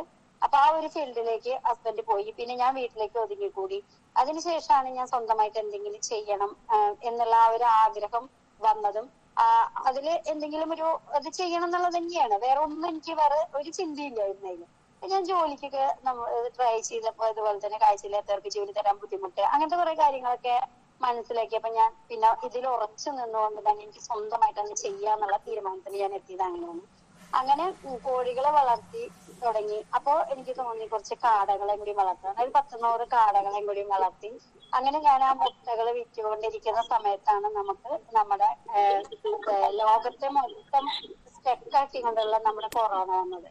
പക്ഷെ ആ ഒരു സമയം ഞാൻ എന്റെ കുട്ടികളെ കൂടി നന്നായിട്ട് തന്നെ ഞങ്ങൾ ആ ഒരു ലൈഫ് എൻജോയ് ചെയ്തെന്നാണ് പറയാം. കാരണം വീട്ടിലിരുന്നു കൊണ്ട് തന്നെ ഞങ്ങൾ ആ കോഴീനെ വളർത്തലും കാടേനെ വളർത്തലും. അപ്പൊ ഈ മുട്ടകളൊക്കെ വിറ്റ് തീരാത്തൊരവസ്ഥ വന്നപ്പോൾ ഒരു അച്ചാറുകൾ സ്റ്റാർട്ട് ചെയ്തു. അങ്ങനെയാണ് ഞാൻ ആ ഒരു സംരംഭം സ്റ്റാർട്ട് ചെയ്ത് തുടങ്ങിയത്. പക്ഷെ ആ ഒരു സമയത്ത് ഇതൊരു സ്റ്റാർട്ടിംഗ് ആണ്. പക്ഷെ ഒരു നല്ലൊരു പ്രോഡക്റ്റുമായിട്ട് വരണം എന്നുള്ളതാണ് എന്റെ ഏറ്റവും വലിയ ആഗ്രഹം. ആ ഒരു സമയത്ത് ഞാൻ ഈ മഞ്ഞൾ കൃഷി ചെയ്യുകയും അതുപോലെ തന്നെ ഈ പ്രോഡക്റ്റും വീട്ടിൽ തന്നെ ഉണ്ടാക്കി തുടങ്ങിയിട്ടുണ്ടായിരുന്നു. അതുപോലെ തന്നെ ചെറിയ രീതിയിൽ ഞാൻ നെയ്യ് ഉണ്ടാക്കിയിട്ടുണ്ടായിരുന്നു. അപ്പൊ ഇതൊക്കെ ഒരു സംരംഭമായി. എന്നിട്ട് ഞാൻ വാട്സപ്പ് ഗ്രൂപ്പുകളിലൂടെ ഇട്ട് അങ്ങനെ ഞാൻ ചെറിയ രീതിയിൽ സെയില് തുടങ്ങിയിട്ടുണ്ടായിരുന്നു. അപ്പൊ അതിൽ എനിക്ക് മനസ്സിലായി എന്താണ് സോഷ്യൽ മീഡിയയിൽ നമുക്ക് ഡിജിറ്റൽ മാർക്കറ്റിങ്ങിലൂടെ നമുക്ക് സെയിൽസ് കൊണ്ടുവരാൻ പറ്റും. അതൊരു ഓപ്പർച്യൂണിറ്റി ആയിട്ടാണ് ഞാൻ അന്ന് കണ്ടിട്ടുണ്ടായിരുന്നത്. അങ്ങനെയാണ് മീഡിയകളും ഒക്കെ വന്നിട്ട് ഇവിടുന്ന് ഒരുപാട് മീഡിയകൾ ഇവിടെ വന്നിട്ടുണ്ടായിരുന്നു. അവരുടെ സപ്പോർട്ട് ഉണ്ടായിട്ടുണ്ട്. അപ്പൊ എനിക്ക് തോന്നിയിട്ടുള്ള ഒരു കാര്യം, നമ്മളൊരു കറക്റ്റ് ഒരു ലക്ഷ്യത്തോട് കൂടിയിട്ട് ഒരു പ്രൊജക്ട് നമ്മൾ സ്റ്റാർട്ട് ചെയ്ത് അതിന് നമ്മള് നല്ല രീതിയിൽ തന്നെ ചെയ്ത് മുന്നോട്ട് പോവുകയാണെന്നുണ്ടെങ്കിൽ സമൂഹമായാലും എല്ലാവരും നമ്മുടെ ഒപ്പം ചേർന്ന് നിൽക്കുന്നതാണ് എനിക്ക് എന്റെ അനുഭവം കൊണ്ട് തോന്നിയിട്ടുള്ളത്. അപ്പൊ ഇതിൽ പോകുന്ന സമയത്ത് എനിക്ക് ഇപ്പൊ ഈ സംരംഭം ചെയ്യുന്ന സമയത്ത് ഇതുപോലെ തന്നെ ചെറിയ ബുദ്ധിമുട്ടുകളൊക്കെ ഉണ്ടായിട്ടുണ്ട്. ബുദ്ധിമുട്ടുകൾ എന്ന് വെച്ച് കഴിഞ്ഞാൽ ഇപ്പൊ നമുക്കൊരു അക്കൗണ്ട് സ്റ്റാർട്ട് ചെയ്യാൻ വേണ്ടിയിട്ട് പറയുന്ന സമയത്ത് ബാങ്കുകളുടെ, അതായത് കറണ്ട് അക്കൗണ്ട് ATM കാർഡ് തരാനുള്ള ഒരു ബുദ്ധിമുട്ട് വന്നിട്ടുണ്ട്. അപ്പൊ ഞാൻ ബാങ്കുകാരോട് സംസാരിച്ച കാര്യം എന്താണ് റീസൺ നമുക്ക് തരാൻ പറ്റും. ഒരു ടെക്നിക്കൽ ഇഷ്യൂ എന്ന് പറഞ്ഞു കഴിഞ്ഞാലും നിങ്ങളത് ഒരു പേപ്പറിൽ എനിക്ക് അതിന്റെ റിപ്ലൈ തരാൻ പറഞ്ഞു. ഇന്ന കാരണം കൊണ്ടാണ് നിങ്ങൾക്ക് അക്കൗണ്ട് ഓപ്പൺ ചെയ്യാൻ പറ്റാത്ത എന്നുള്ള രീതിയിൽ പറഞ്ഞിട്ടുണ്ടായിരുന്നു. പക്ഷെ അവരത് തരാൻ സമ്മതിച്ചില്ല. അപ്പൊ ഞാൻ അതിന്റെ മൊത്തത്തിലുള്ള ലീഡ് ബാങ്കിന്റെ മാനേജറെ പോയി കണ്ടിട്ടുണ്ടായിരുന്നു. അവരോട് ഇങ്ങനത്തെ ഒരു കാര്യം പറഞ്ഞു. അപ്പൊ അവരവിടുന്ന് അപ്പൊ തന്നെ കോൺടാക്ട് ചെയ്തു തരും. അപ്പൊ അവര് വന്ന് കൊടുക്കാന്ന് പറഞ്ഞു. അപ്പൊ അന്ന് ഞാൻ പറഞ്ഞൊരു കാര്യം എന്ന് വെച്ച് കഴിഞ്ഞാല് ഒരു സംരംഭത്തിന് ഏറ്റവും ഇമ്പോർട്ടന്റ് ആണ് ഫിനാൻഷ്യൽ എന്ന് പറയുന്നത്. അത് നല്ല സ്മൂത്ത് ആയിട്ട് പോകുമ്പോൾ മാത്രമാണ് നമുക്ക് സംരംഭം മുന്നോട്ട് കൊണ്ടുപോകാൻ പറ്റുള്ളൂ. അപ്പൊ ആദ്യം തന്നെ ഇവര് തരാൻ പറ്റില്ല എന്ന് പറഞ്ഞുള്ള ഒരു ബാങ്ക് ആയിട്ടുള്ള ഒരു ഇത് എനിക്ക് മുന്നോട്ട് കൊണ്ടുപോകാൻ ബുദ്ധിമുട്ടുണ്ട്. കാരണം എന്താണെന്ന് വെച്ച് കഴിഞ്ഞാൽ വളരെ സ്മൂത്ത് ആയിട്ട് പോകേണ്ട കാര്യമാണ് അതിൽ ആദ്യം തന്നെ ഇങ്ങനത്തെ ഒരു ചെറിയ ഇഷ്യൂ വന്നു കഴിഞ്ഞാൽ അത് പിന്നെ മുന്നോട്ട് പോകുമ്പോഴും അതിൽ പല പ്രശ്നങ്ങളുണ്ടാവും. അപ്പൊ അതുകൊണ്ട് എനിക്ക് ആ ബാങ്ക് വേണ്ട പറഞ്ഞു ഞാൻ. അങ്ങനെ ഒരു തീരുമാനം ഞാൻ അന്ന് എടുത്തിട്ടുണ്ടായിരുന്നു. എന്നിട്ട് ഞാൻ വേറെ ബാങ്കിനെ സമീപിച്ചു. എനിക്ക് അക്കൗണ്ട് സ്റ്റാർട്ട് ചെയ്ത് വേറെ പ്രശ്നങ്ങളൊന്നുമില്ല. അപ്പൊ അവിടെ അവര് പറഞ്ഞൊരു കാര്യം എന്ന് വെച്ച് കഴിഞ്ഞാൽ നമുക്ക് നെറ്റ് ബാങ്കിങ് തരാൻ പറ്റില്ല എന്നാണ് പറഞ്ഞത്. അപ്പൊ ഞാൻ എന്റെ ആവശ്യം പറഞ്ഞു കഴിഞ്ഞാൽ നെറ്റ് ബാങ്കിങ് വേണമെന്നാണ്. ഇപ്പൊ നമുക്കറിയാം കാഴ്ചയില്ലാത്തവര് എല്ലാവരും ചെയ്യുന്നതാണ് ഗൂഗിൾ പേ. എല്ലാ കാര്യങ്ങളും നമുക്ക് സ്മൂത്ത് ആയിട്ട് ചെയ്യാൻ പറ്റുന്ന ഒരു കാര്യമാണ്. അതല്ലെങ്കിൽ പിന്നെ നമ്മൾ ഒരാളെ കൊണ്ടുപോയിട്ട് നമ്മൾ ചെക്കൊക്കെ ഇട്ട് വേണം ചെയ്യാൻ. അപ്പൊ ഒരാളെ സഹായം ഇല്ലാതെ കൊണ്ട് സ്മൂത്ത് ആയിട്ട് ചെയ്യാൻ പറ്റുന്ന മേഖലയാണ് നമുക്കത്. അത് നമുക്ക് നേടിയെടുക്കുക എന്നുള്ളതാണ് നമ്മൾ ചെയ്യേണ്ട കാര്യം. അപ്പൊ ഞാൻ ലീഡ് ബാങ്ക് അദ്ദേഹത്തോട് ഞാൻ സംസാരിച്ചു. എനിക്ക് മസ്റ്റ് ആയിട്ട് അത് വേണം. അതിലൂടെയാണ് ഞങ്ങൾ ഇത്ര പേര് കാര്യങ്ങൾ ചെയ്തുകൊണ്ടിരിക്കുന്നത്. സമൂഹത്തിൽ ഇത്ര ആളുകൾ ഇത് ചെയ്യുന്നുണ്ട്. ഞാൻ മാത്രമല്ല ഇത് ചെയ്യുന്നത്. അപ്പൊ അവര് വന്ന് എനിക്ക് മാത്രമാണ് ചെയ്യാൻ പറ്റുന്നത് എന്നുള്ള രീതിയിൽ സംസാരിച്ചു. ഞാൻ പറഞ്ഞ ഒരിക്കലും അല്ല പറഞ്ഞു. അതിനിഷ്ടം പോലെ ആളുകൾ അത് ചെയ്തുകൊണ്ടിരിക്കുന്നുണ്ട് കാഴ്ചയില്ലാത്തവര്. ആ ഒരു മെസ്സേജ് ഞാൻ അവിടെ പാസ് ചെയ്തിട്ടുണ്ടായിരുന്നു. അങ്ങനെ അവരത് ഓക്കെ പറഞ്ഞു. ഇപ്പൊ കമ്പനിയിലെ എല്ലാ കാര്യങ്ങളും ട്രാൻസാക്ഷനും കാര്യങ്ങളായാലും എല്ലാ കാര്യങ്ങളും ചെയ്തുകൊണ്ടിരിക്കുന്നു. ഇപ്പൊ കസ്റ്റമേഴ്സിന്റെ എന്തെങ്കിലും കാര്യങ്ങളോ ഒക്കെ വാട്സപ്പ് വഴിയുള്ള കാര്യങ്ങൾ ഇതൊക്കെ നമ്മൾ സ്വന്തമായിട്ട് തന്നെ ചെയ്തുകൊണ്ടിരിക്കുന്നു. അപ്പൊ ഇവിടേക്ക് എന്നെ സംബന്ധിച്ചിടത്തോളം ഇവിടെ ഒന്നും കാഴ്ച പരിമിതി എന്നുള്ള ഒരു പ്രശ്നത്തെ പറ്റി ഞാൻ ചിന്തിക്കുന്ന പോലുമില്ല. എന്റെ ഒരു ലക്ഷ്യം എന്ന് പറയുന്നത് ഞാനൊരു പ്രൊജക്റ്റ് ആണ് ഞാൻ ചെയ്യുന്നത്. അത് സമൂഹത്തിൽ ഒരുപാട് പേർക്ക് ഞാൻ ജോലി എടുത്തുകൊണ്ടാണ് ആ ഒരു കാര്യം ചെയ്തുകൊണ്ടിരിക്കുന്നത്. ആ പ്രൊജക്റ്റ് നന്നായിട്ട് സമൂഹത്തിലേക്ക് എത്തിക്കുക, പ്രൊജക്റ്റ് വിജയിപ്പിച്ചെടുക്കുക എന്നുള്ള ലക്ഷ്യമാണ് എന്റെ. അപ്പൊ അവിടെ ഒരിക്കലും എന്റെ പരിമിതി ഒരു പരിമിതിയായിട്ട് ഞാൻ കണക്കാക്കുന്നില്ല എന്നുള്ളതാണ്. ഇപ്പൊ ആ മഞ്ഞള് ഞാൻ ആദ്യം ഒരു 100 കിലോ മേടിച്ചുകൊണ്ട് ഇന്ത്യൻ ഇൻസ്റ്റിറ്റ്യൂഷൻ സ്പൈസസ് റിസർച്ച് സെന്ററിന്റെ ലൈസൻസ് എടുത്തുകൊണ്ടാണ് ഞാൻ എന്റെ കൃഷി ആദ്യമായിട്ട് സ്റ്റാർട്ട് ചെയ്തത്. അതിപ്പോ 4 വർഷമായി. അത് 2 വർഷം ഞാൻ ആ വിത്ത് ഡെവലപ്പ് ചെയ്തെടുത്തതിന് ശേഷം 3ാമത്തെ ഇയർ ആയപ്പോഴേക്കും അതൊരു 9.5 ഏക്കറിലേക്ക് ഞാൻ കൃഷി വ്യാപിച്ചു. അപ്പൊ ഞാൻ തന്നെ പോയി ചെയ്യാന്ന് പറയുന്നത് എളുപ്പമുള്ള കാര്യമല്ല. അവിടെ നമുക്ക് ഒരു കൂട്ടായ്മ, ഒരു സംരംഭം ഒരിക്കലും ഒരാളിലൂടെ അല്ല വളരുക. അവിടെ നമ്മളത് ഗൈഡ് ചെയ്യുക അല്ലെങ്കിൽ ലീഡ് ചെയ്യുക എന്നുള്ള ഒരു ഇതാണ് നമ്മൾ ചെയ്യേണ്ട ഒരു കാര്യം എന്ന് പറയുന്നത്. അതിലപ്പം നമ്മളെ ഒരു ടീമായി കൊണ്ട് മാത്രമാണ് നമുക്ക് എന്ത് കാര്യവും മുന്നോട്ട് കൊണ്ടുപോകാൻ പറ്റുള്ളൂ. നമുക്ക് സ്കെയിലപ്പ് ചെയ്യേണ്ട വളരെ രീതിയിൽ നമുക്ക് മുന്നോട്ട് കൊണ്ടുപോകാൻ പറ്റുന്നുണ്ടെങ്കിൽ ഒരുപാട് പേരുടെ കൂട്ടായ്മയിലൂടെയാണ് അത് നടക്കുള്ളൂ എന്നുള്ളതാണ് അതിൽ ഒരു യാഥാർത്ഥ്യം എന്ന് പറയുന്നത്. അപ്പൊ ഞാന് 3ാമത്തെ വർഷമായപ്പോ അത് കോൺട്രാക്ട് ഫാമിങ്ങില് 54 കർഷകരെയാണ് കോർഡിനേറ്റ് ചെയ്തുകൊണ്ട് അവർക്ക് നമ്മൾ വിത്ത് കൊടുത്ത് അവർക്ക് അതിന്റെ ഗൈഡ് ലൈൻസ് കൊടുത്ത് ഇന്ന രീതിയിൽ ഇന്ന മാസങ്ങളിൽ ഇങ്ങനെയൊക്കെ ചെയ്യണം, ഇന്ന രീതിയിലാണ് ചെയ്യേണ്ടത്, ഈ രീതിയിൽ ചെയ്യുമ്പോഴാണ് അതിനെ പ്രോഫിറ്റിലേക്ക് എത്തിക്കാൻ പറ്റുക എന്നുള്ള കാര്യങ്ങളൊക്കെ മനസ്സിലാക്കി കൊടുത്തുകൊണ്ട് അവർക്ക് വിത്ത് കൊടുക്കുന്ന സമയത്ത് തന്നെ അവർക്ക് എഗ്രിമെന്റ് സൈൻ ചെയ്യുന്നുണ്ട്. ഈ വർഷം ഇത്ര രൂപയ്ക്ക് നമ്മൾ വിത്ത് അവര് ക്രോപ്പ് എടുക്കുന്ന സമയത്ത് തന്നെ ഞങ്ങൾ പേയ്മെന്റ് ചെയ്തുകൊണ്ട് അവരുടെ ക്രോപ്പ് കംപ്ലീറ്റ് ഞങ്ങൾ തിരിച്ചെടുക്കും എന്നുള്ള രീതിയിൽ നമ്മൾ എഗ്രിമെന്റ് സൈൻ ചെയ്തുകൊണ്ടാണ് ഗീതാസ്തോംക്യോ എന്നുള്ള കമ്പനി കർഷകരെ സപ്പോർട്ട് ചെയ്യുന്നത്. അപ്പൊ ആ ഒരു രീതിയിൽ വന്നപ്പോ ശരിക്കും പറഞ്ഞു കഴിഞ്ഞാൽ 9.5 ഏക്കറിൽ വന്ന സംഭവം ഇപ്പൊ കഴിഞ്ഞ ഇയറിൽ 54 ഏക്കറിലേക്ക് കൃഷി വ്യാപിച്ചു. അത്രയും പേര് ലീസിന്റെ എടുത്തുകൊണ്ടും അവർ സ്വന്തമായിട്ട് ചെയ്യാനും വേണ്ടിയിട്ട് ഒരുപാട് പേര് എന്റെ ഒപ്പം വന്നു. ഇപ്പൊ ഈ വർഷം 100 ഏക്കറിലേക്കാണ് കൃഷി വ്യാപിപ്പിക്കുന്നത്.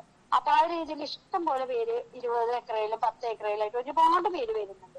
അപ്പൊ ആദ്യം ഞാൻ പറയുന്ന ഒരു കാര്യം, നമ്മുടെ ഒരു പോളിസി എന്ന് പറയുന്നത് ഞങ്ങൾ 20 ഏക്കറിൽ പെട്ടെന്ന് ചെയ്യാന്നുള്ളതിനേക്കാൾ ഉപരി ആദ്യം 1 ഏക്കറിൽ ചെയ്ത് അതിലൊരുപാട് പ്രശ്നങ്ങൾ ഉണ്ടായിരിക്കാം. എല്ലാവരും ഒരുപോലെ ചെയ്യണമെന്നില്ല. അപ്പൊ അതുകൊണ്ട് നമ്മൾ ഗൈഡ് ലൈൻസ് കൊടുത്താലും കറക്റ്റ് ആയിട്ട് കൃഷി എക്സ്പീരിയൻസ് ഉള്ള ആളുകൾക്ക് കുറച്ചും കൂടി അതിനെ ഡെഡിക്കേറ്റ് ആയിട്ട് ഒരു പാഷനായിട്ട് ചെയ്യുന്നവർക്ക് സ്മൂത്ത് ആയിട്ട് ചെയ്യാൻ പറ്റും. പെട്ടെന്ന് കുറെ സ്ഥലമുണ്ട് അപ്പൊ എന്തായാലും എനിക്കിത് ചെയ്യണം എന്ന് പറഞ്ഞിട്ട് പെട്ടെന്നുള്ള ആഗ്രഹം കൊണ്ട് വരുന്ന ആളുകൾക്ക് അതിൻ്റെതായിട്ടുള്ള ഒരുപാട് ബുദ്ധിമുട്ടുകൾ ഉണ്ടായിരിക്കും. അപ്പൊ അത് ഞാൻ മനസ്സിലാക്കിക്കൊണ്ടും അതിന്റെ ഏത് രീതിയിലുള്ള പ്രദേശമായിരിക്കണം, എന്തൊക്കെ അസൗകര്യങ്ങൾ ഉണ്ടായിരിക്കണം ആ സ്ഥലത്ത്, അതിനെ പറ്റിയിട്ടുള്ള കറക്റ്റ് ആയിട്ടുള്ള ഒരു ഡീറ്റെയിൽസ് പറഞ്ഞുകൊണ്ട് അവരെ കൊണ്ട് ആദ്യം 1 ഏക്കറിൽ അല്ലെങ്കിൽ 50 സെന്റിലോ ചെയ്തുകൊണ്ട് പിറ്റത്തെ വർഷം അവർക്ക് കോൺഫിഡൻസ് ആവുമ്പോഴാണ് കൂടുതൽ ഏക്കറിലേക്ക് ഞാനത് ചെയ്തുകൊണ്ടിരിക്കുന്നത്. അപ്പൊ ആ ഒരു രീതിയിലാണ് ഞാൻ കൃഷി ചെയ്തുകൊണ്ടിരിക്കുന്നത്. ഇപ്പൊ ഈ വർഷം ഇത്രയും ഏക്കറിലേക്ക് ആളുകൾ ഫില്ലായി. എനിക്ക് ഇനിയും ഒരുപാട് പേര് ചോദിച്ചുകൊണ്ടിരിക്കുന്നുണ്ട്. പക്ഷെ നമുക്ക് ചെയ്യുന്നതിനൊരു പരിമിതി ഉണ്ട്. കാരണം എനിക്കും ഇത്രയും ലോഡ് വന്നു കഴിഞ്ഞാൽ അത് മാർക്കറ്റിംഗ് എന്ന് പറയുന്നത് വലിയ ഇഷ്യൂ ആയിരിക്കുന്ന ഒരു കാലഘട്ടമാണ്. എന്നാൽ അതിനെ നല്ല സ്മൂത്ത് ആയിട്ട് കൊണ്ടുപോകാനും പറ്റുന്ന സാഹചര്യം നമ്മുടെ സമൂഹത്തിൽ ഇന്നുണ്ട്. അപ്പൊ അത് രണ്ടും നമുക്ക് പോസിറ്റീവാണ്. അതിന് നല്ല രീതിയിൽ അത് കറക്റ്റ് ടൈമിൽ കറക്റ്റ് നമുക്ക് ചെയ്യാൻ പറ്റുമ്പോൾ മാത്രമാണ് ഇതിനൊക്കെ ഒരു സക്സസ് എന്ന് പറയാൻ പറ്റുന്നത്. അപ്പൊ അതിലേക്ക് എത്താൻ വേണ്ടിയിട്ടുള്ള കാര്യങ്ങൾക്ക് നമുക്ക് ലിമിറ്റേഷൻസ് ഉണ്ട്. അപ്പൊ ആ ലിമിറ്റേഷൻസ് കാരണം കൊണ്ടാണ് ഞാൻ 100 ഏക്കറിൽ മാത്രം ഈ വർഷത്തേക്ക് ആളുകൾക്ക് അപ്രൂവൽ കൊടുക്കുന്നുള്ളൂ. അപ്പൊ ആ ഒരു രീതിയിലാണ് ഞാൻ കൃഷി ചെയ്തുകൊണ്ടിരിക്കുന്നത്. അപ്പൊ ഇത്രയും മഞ്ഞൾ എനിക്ക് വന്നു കഴിഞ്ഞാൽ ഈ മഞ്ഞളൊക്കെ എനിക്ക് ഇതുപോലെ തന്നെ മാർക്കറ്റ് ചെയ്യേണ്ട ഒരു ആവശ്യം കൂടി ഉണ്ട്. അപ്പൊ ഇപ്പൊ ഞാൻ ചെയ്തുകൊണ്ടിരിക്കുന്ന മാർക്കറ്റിംഗ് രീതി എന്ന് പറയുന്നത് മേജർ ഷോപ്പുകളിൽ ഇപ്പൊ ലുലു, അതുപോലെ തന്നെ നെസ്റ്റോ, ഇപ്പൊ നമ്മുടെ തൃശ്ശൂരൊക്കെ ആണെങ്കിൽ കല്യാൺ, എലൈറ്റ് പോലുള്ള ഹൈപ്പർ മാർക്കറ്റുകളിൽ, അതുപോലെ തന്നെ നമ്മുടെ ഈ വെൽഗേറ്റ്, അതുപോലെ നിസർഗ, വസുധ പറഞ്ഞുള്ള ഓർഗാനിക് ഷോപ്പുകൾ, അങ്ങനെയുള്ള വെൽഗേറ്റ്, പോത്തീസ്, ഇങ്ങനെയുള്ള ഒരു ചെയിൻ ഷോപ്പുകളും അതുപോലെ തന്നെ കുറച്ചൊരു പ്രീമിയം ലെവലിലുള്ള ഹൈപ്പർ മാർക്കറ്റുകളിലാണ് നമ്മുടെ പ്രോഡക്റ്റ് ഞാൻ വെച്ചിട്ടുള്ളത്. അതെന്തുകൊണ്ടാന്ന് വെച്ച് കഴിഞ്ഞാൽ ഈ പ്രോഡക്റ്റ് എന്ന് വെച്ച് കഴിഞ്ഞാൽ ഒരു ന്യൂ പ്രോഡക്റ്റ് ആണ്, വേൾഡിൽ തന്നെ ആദ്യത്തെ പ്രോഡക്റ്റ് ആണിത്. അപ്പൊ അതുകൊണ്ട് തന്നെ അതിൽ ഒരുപാട് സ്ട്രഗിൾ ഉണ്ട്. കാരണം എന്ന് വെച്ച് കഴിഞ്ഞാൽ ഈ പ്രോഡക്റ്റ് എന്താന്നുള്ളത് നമുക്ക് കസ്റ്റമേഴ്സിലേക്ക് എത്തിക്കുക എന്നുള്ളത് വളരെ ഡിഫിക്കൽട്ട് ആയിട്ടുള്ള ഒരു പ്രശ്നമാണത്. കാരണം നമ്മളത് പ്രൊമോട്ടേഴ്സിനെ വെക്കണം, എന്നിട്ട് ഇത് വരുന്ന കസ്റ്റമേഴ്സിനോട് ഇത് അവര് പറഞ്ഞു കൊടുത്തിട്ടൊക്കെ വേണം അത് സെയിൽസ് എടുക്കാൻ. അപ്പൊ അതൊക്കെ ഒരുപാട് സ്ട്രഗിൾ ഉണ്ട്. അപ്പൊ നമ്മളെ പോലുള്ള ഒരു സാധാരണ വീട്ടിൽ നിന്ന് തുടങ്ങിയിട്ടുള്ള ഒരു സംരംഭം അതിനെ ഈ ഒരു രീതിയിൽ എത്തിക്കണമെങ്കിൽ നമുക്ക് കുറച്ചും കൂടി ഫിനാൻഷ്യൽ സപ്പോർട്ടും കൂടി ഉണ്ടെങ്കിൽ മാത്രമാണ് നമുക്കത് കൂടുതൽ രീതിയിലേക്ക് നമുക്കത് ചെയ്യാൻ പറ്റുള്ളൂ. അപ്പൊ ആ ഒരു സന്ദർഭത്തിലാണ് ഇപ്പൊ ഞാൻ എന്റെ കമ്പനി നിൽക്കുന്നത്. ഇന്നിപ്പോ ഗിതസോംറ്റോ എന്നുള്ള എന്റെ പ്രൊപ്പറേറ്റർഷിപ്പ് കമ്പനിയാണ്. ഇതിപ്പോ പ്രൈവറ്റ് ലിമിറ്റഡ് കമ്പനി ആക്കി മാറ്റിയിട്ടുണ്ട്. നെക്സ്റ്റ് ഇയറിൽ ഒരു പ്രൈവറ്റ് ലിമിറ്റഡ് കമ്പനി ആക്കി അതിന്റെ ഷെയർ വാല്യൂ പറഞ്ഞ ഇൻവെസ്റ്റേഴ്സിനെ കൊണ്ടുവന്ന് അതിനെ ഒരു സ്കെയിലപ്പ് ചെയ്യണം എന്നുള്ള ആഗ്രഹത്തോട് കൂടിയിട്ടും ലക്ഷ്യത്തോട് കൂടിയിട്ടാണ് ഞാൻ മുന്നോട്ട് പോകുന്നത്. അതിന് എനിക്ക് എല്ലാവരും സപ്പോർട്ട് ആവശ്യമുണ്ട്. കാരണം ഇതുവരെ ഞാൻ ഒറ്റയ്ക്ക് ചെയ്ത് ഇവിടെ വരെ എത്തി. ഇപ്പൊ ഇൻ ഹൗസ് എനിക്ക് 10-14 സ്റ്റാഫ് ഉണ്ട്. ഇപ്പൊ ഇതിലൊരു സംരംഭത്തിൽ എനിക്ക് പറയാനുള്ള ഒരു കാര്യം എന്ന് വെച്ച് കഴിഞ്ഞാല് എല്ലാറ്റിനും കറക്റ്റ് കൺസൾട്ടൻസി എടുത്തുകൊണ്ടായിരിക്കണം നമ്മുടെ സംരംഭങ്ങൾ മുന്നോട്ട് പോകേണ്ടത്. ഒരിക്കലും നമ്മൾ വിചാരിക്കും എല്ലാം നമുക്ക് ചെയ്യാൻ പറ്റുന്ന, ഒരിക്കലും അത് പറ്റില്ല. ഒരു കാലഘട്ടത്തിൽ നമുക്ക് എല്ലാം ചെയ്യാം. ആ ഒരു കാലഘട്ടം കഴിയുന്ന സന്ദർഭങ്ങളിൽ അതിനെ നമ്മൾ ചേഞ്ച് ചെയ്തിട്ട് അതിനെ അടുത്ത സ്റ്റെപ്പിലേക്ക് ഉയർത്താൻ നമുക്ക് പറ്റണം. അതല്ലാതെ കൊണ്ട് അത് നമ്മൾ തന്നെ വൺ മാൻ ഷോ ആയിട്ട് നമുക്ക് സംരംഭത്തെ കൊണ്ടുപോവുകയാണെന്നുണ്ടെങ്കിൽ നമുക്ക് എന്ന് വയ്യാതെയാണോ അല്ലെങ്കിൽ നമ്മൾ സ്റ്റക്ക് ആവണോ അവിടെ നമ്മുടെ സംരംഭം സ്റ്റോപ്പ് ആവും. അതിനൊരു സ്കെയിലപ്പിലേക്ക് കൊണ്ടുപോകുമ്പോൾ നമുക്കത് നല്ല രീതിയിൽ തന്നെ കൊണ്ടുപോകാൻ പറ്റും എന്നുള്ളതാണ്. അപ്പൊ ഞാൻ എന്റെ സംരംഭത്തിൽ ഇപ്പൊ ഡിജിറ്റൽ മാർക്കറ്റിങ്ങിന് വേണ്ടിയിട്ട് ഒരു ടീമിനെ ഞാൻ ഏൽപ്പിച്ചിരുന്നു. സോഷ്യൽ മീഡിയ ചെയ്യുന്നത് ഗ്രോഫോ എന്ന് പറഞ്ഞുള്ള ഒരു കമ്പനിയാണ്. അതുപോലെ തന്നെ മാർക്കറ്റിംഗ് ചെയ്യുന്നത് ഇപ്പൊ നമ്മളാണ് ചെയ്തുകൊണ്ടിരിക്കുന്നത്. അതെടുത്ത് സ്റ്റേജിലേക്ക് മാറ്റേണ്ട ആവശ്യകത ഉണ്ട്. പിന്നെ മാനുഫാക്ചറിങ് ഇപ്പൊ നമ്മൾ ചെയ്യുന്നു. അതുപോലെ തന്നെ കൃഷി ചെയ്യുന്നത് ഇപ്പൊ കോൺട്രാക്ട് ഫാമിംഗ് ആണ് ചെയ്തുകൊണ്ടിരിക്കുന്നത്. അപ്പൊ കർഷകര് അത് ചെയ്തുകൊണ്ട് കറക്റ്റ് ആയിട്ട് നമുക്ക് കാര്യങ്ങൾ ചെയ്തുകൊണ്ടിരിക്കുന്നു. ഇങ്ങനെ ഓരോ സെക്ഷനായിട്ട് അത് മാറ്റിയിട്ടാണ് ഞാൻ ചെയ്തുകൊണ്ടിരിക്കുന്നത്. അപ്പൊ ഇതിനൊക്കെ നല്ല രീതിയിൽ ലീഡ് ചെയ്ത് കറക്റ്റ് സമയത്ത് കറക്റ്റ് ആയിട്ട് കാര്യങ്ങൾ ചെയ്ത് പോകുമ്പോൾ മാത്രമാണ് നമുക്ക് അത് നല്ല രീതിയിൽ ചെയ്യാൻ പറ്റുള്ളൂ.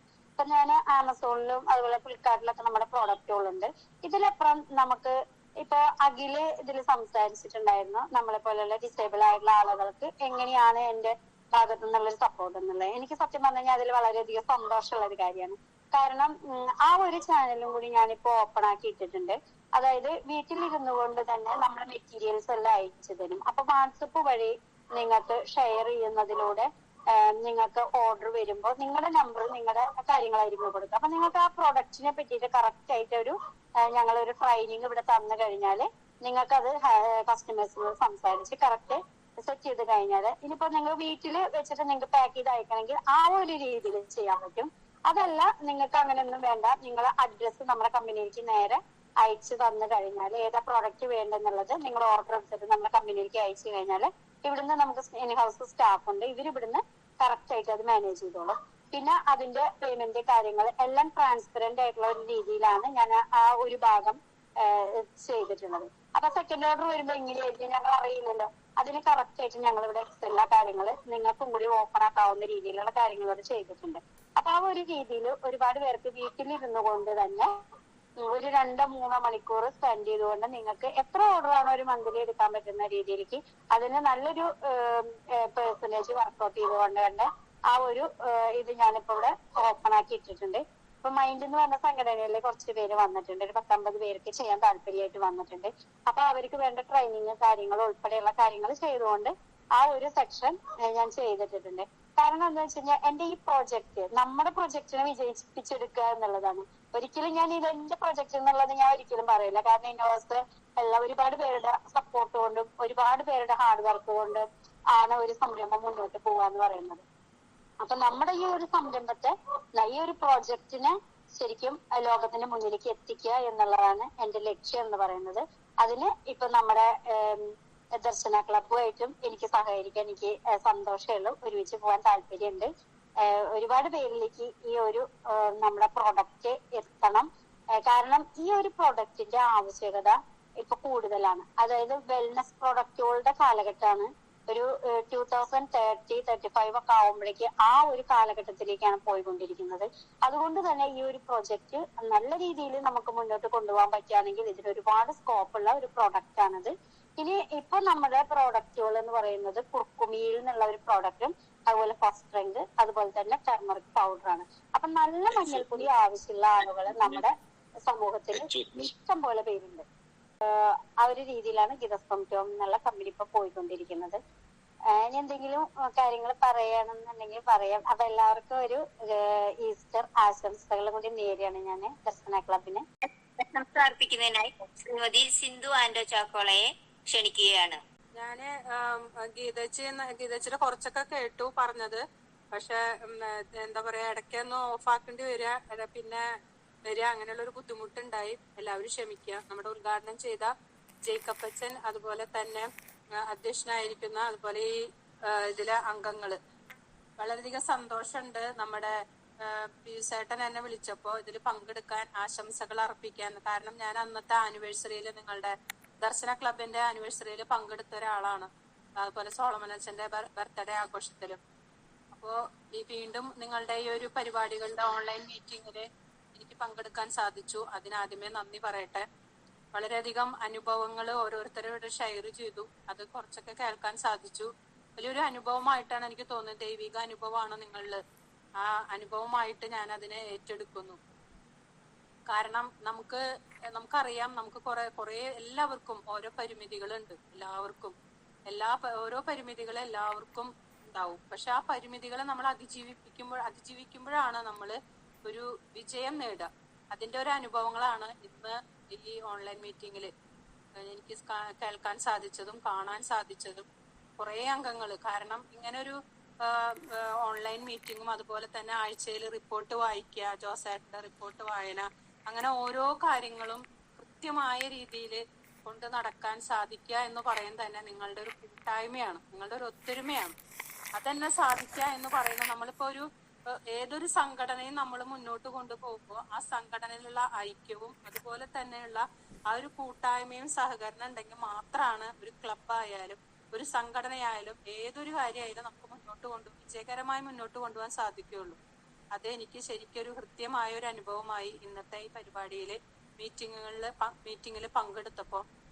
എല്ലാവർക്കും ഇനിയും ഇതുപോലെ തന്നെ മുന്നോട്ട് പോകാൻ നിങ്ങൾക്ക് ഓരോരുത്തർക്കും സാധിക്കട്ടെ.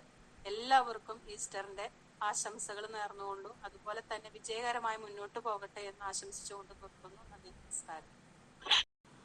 അടുത്തതായി നമ്മുടെ മീറ്റിംഗ് സമാപനത്തിലേക്ക് നീങ്ങുകയാണ്. അതിനായി നന്ദി പറയാനായിട്ട് ഞാൻ ശ്രീമതി ലിസി വർഗീസിനെ ക്ഷണിക്കുന്നു.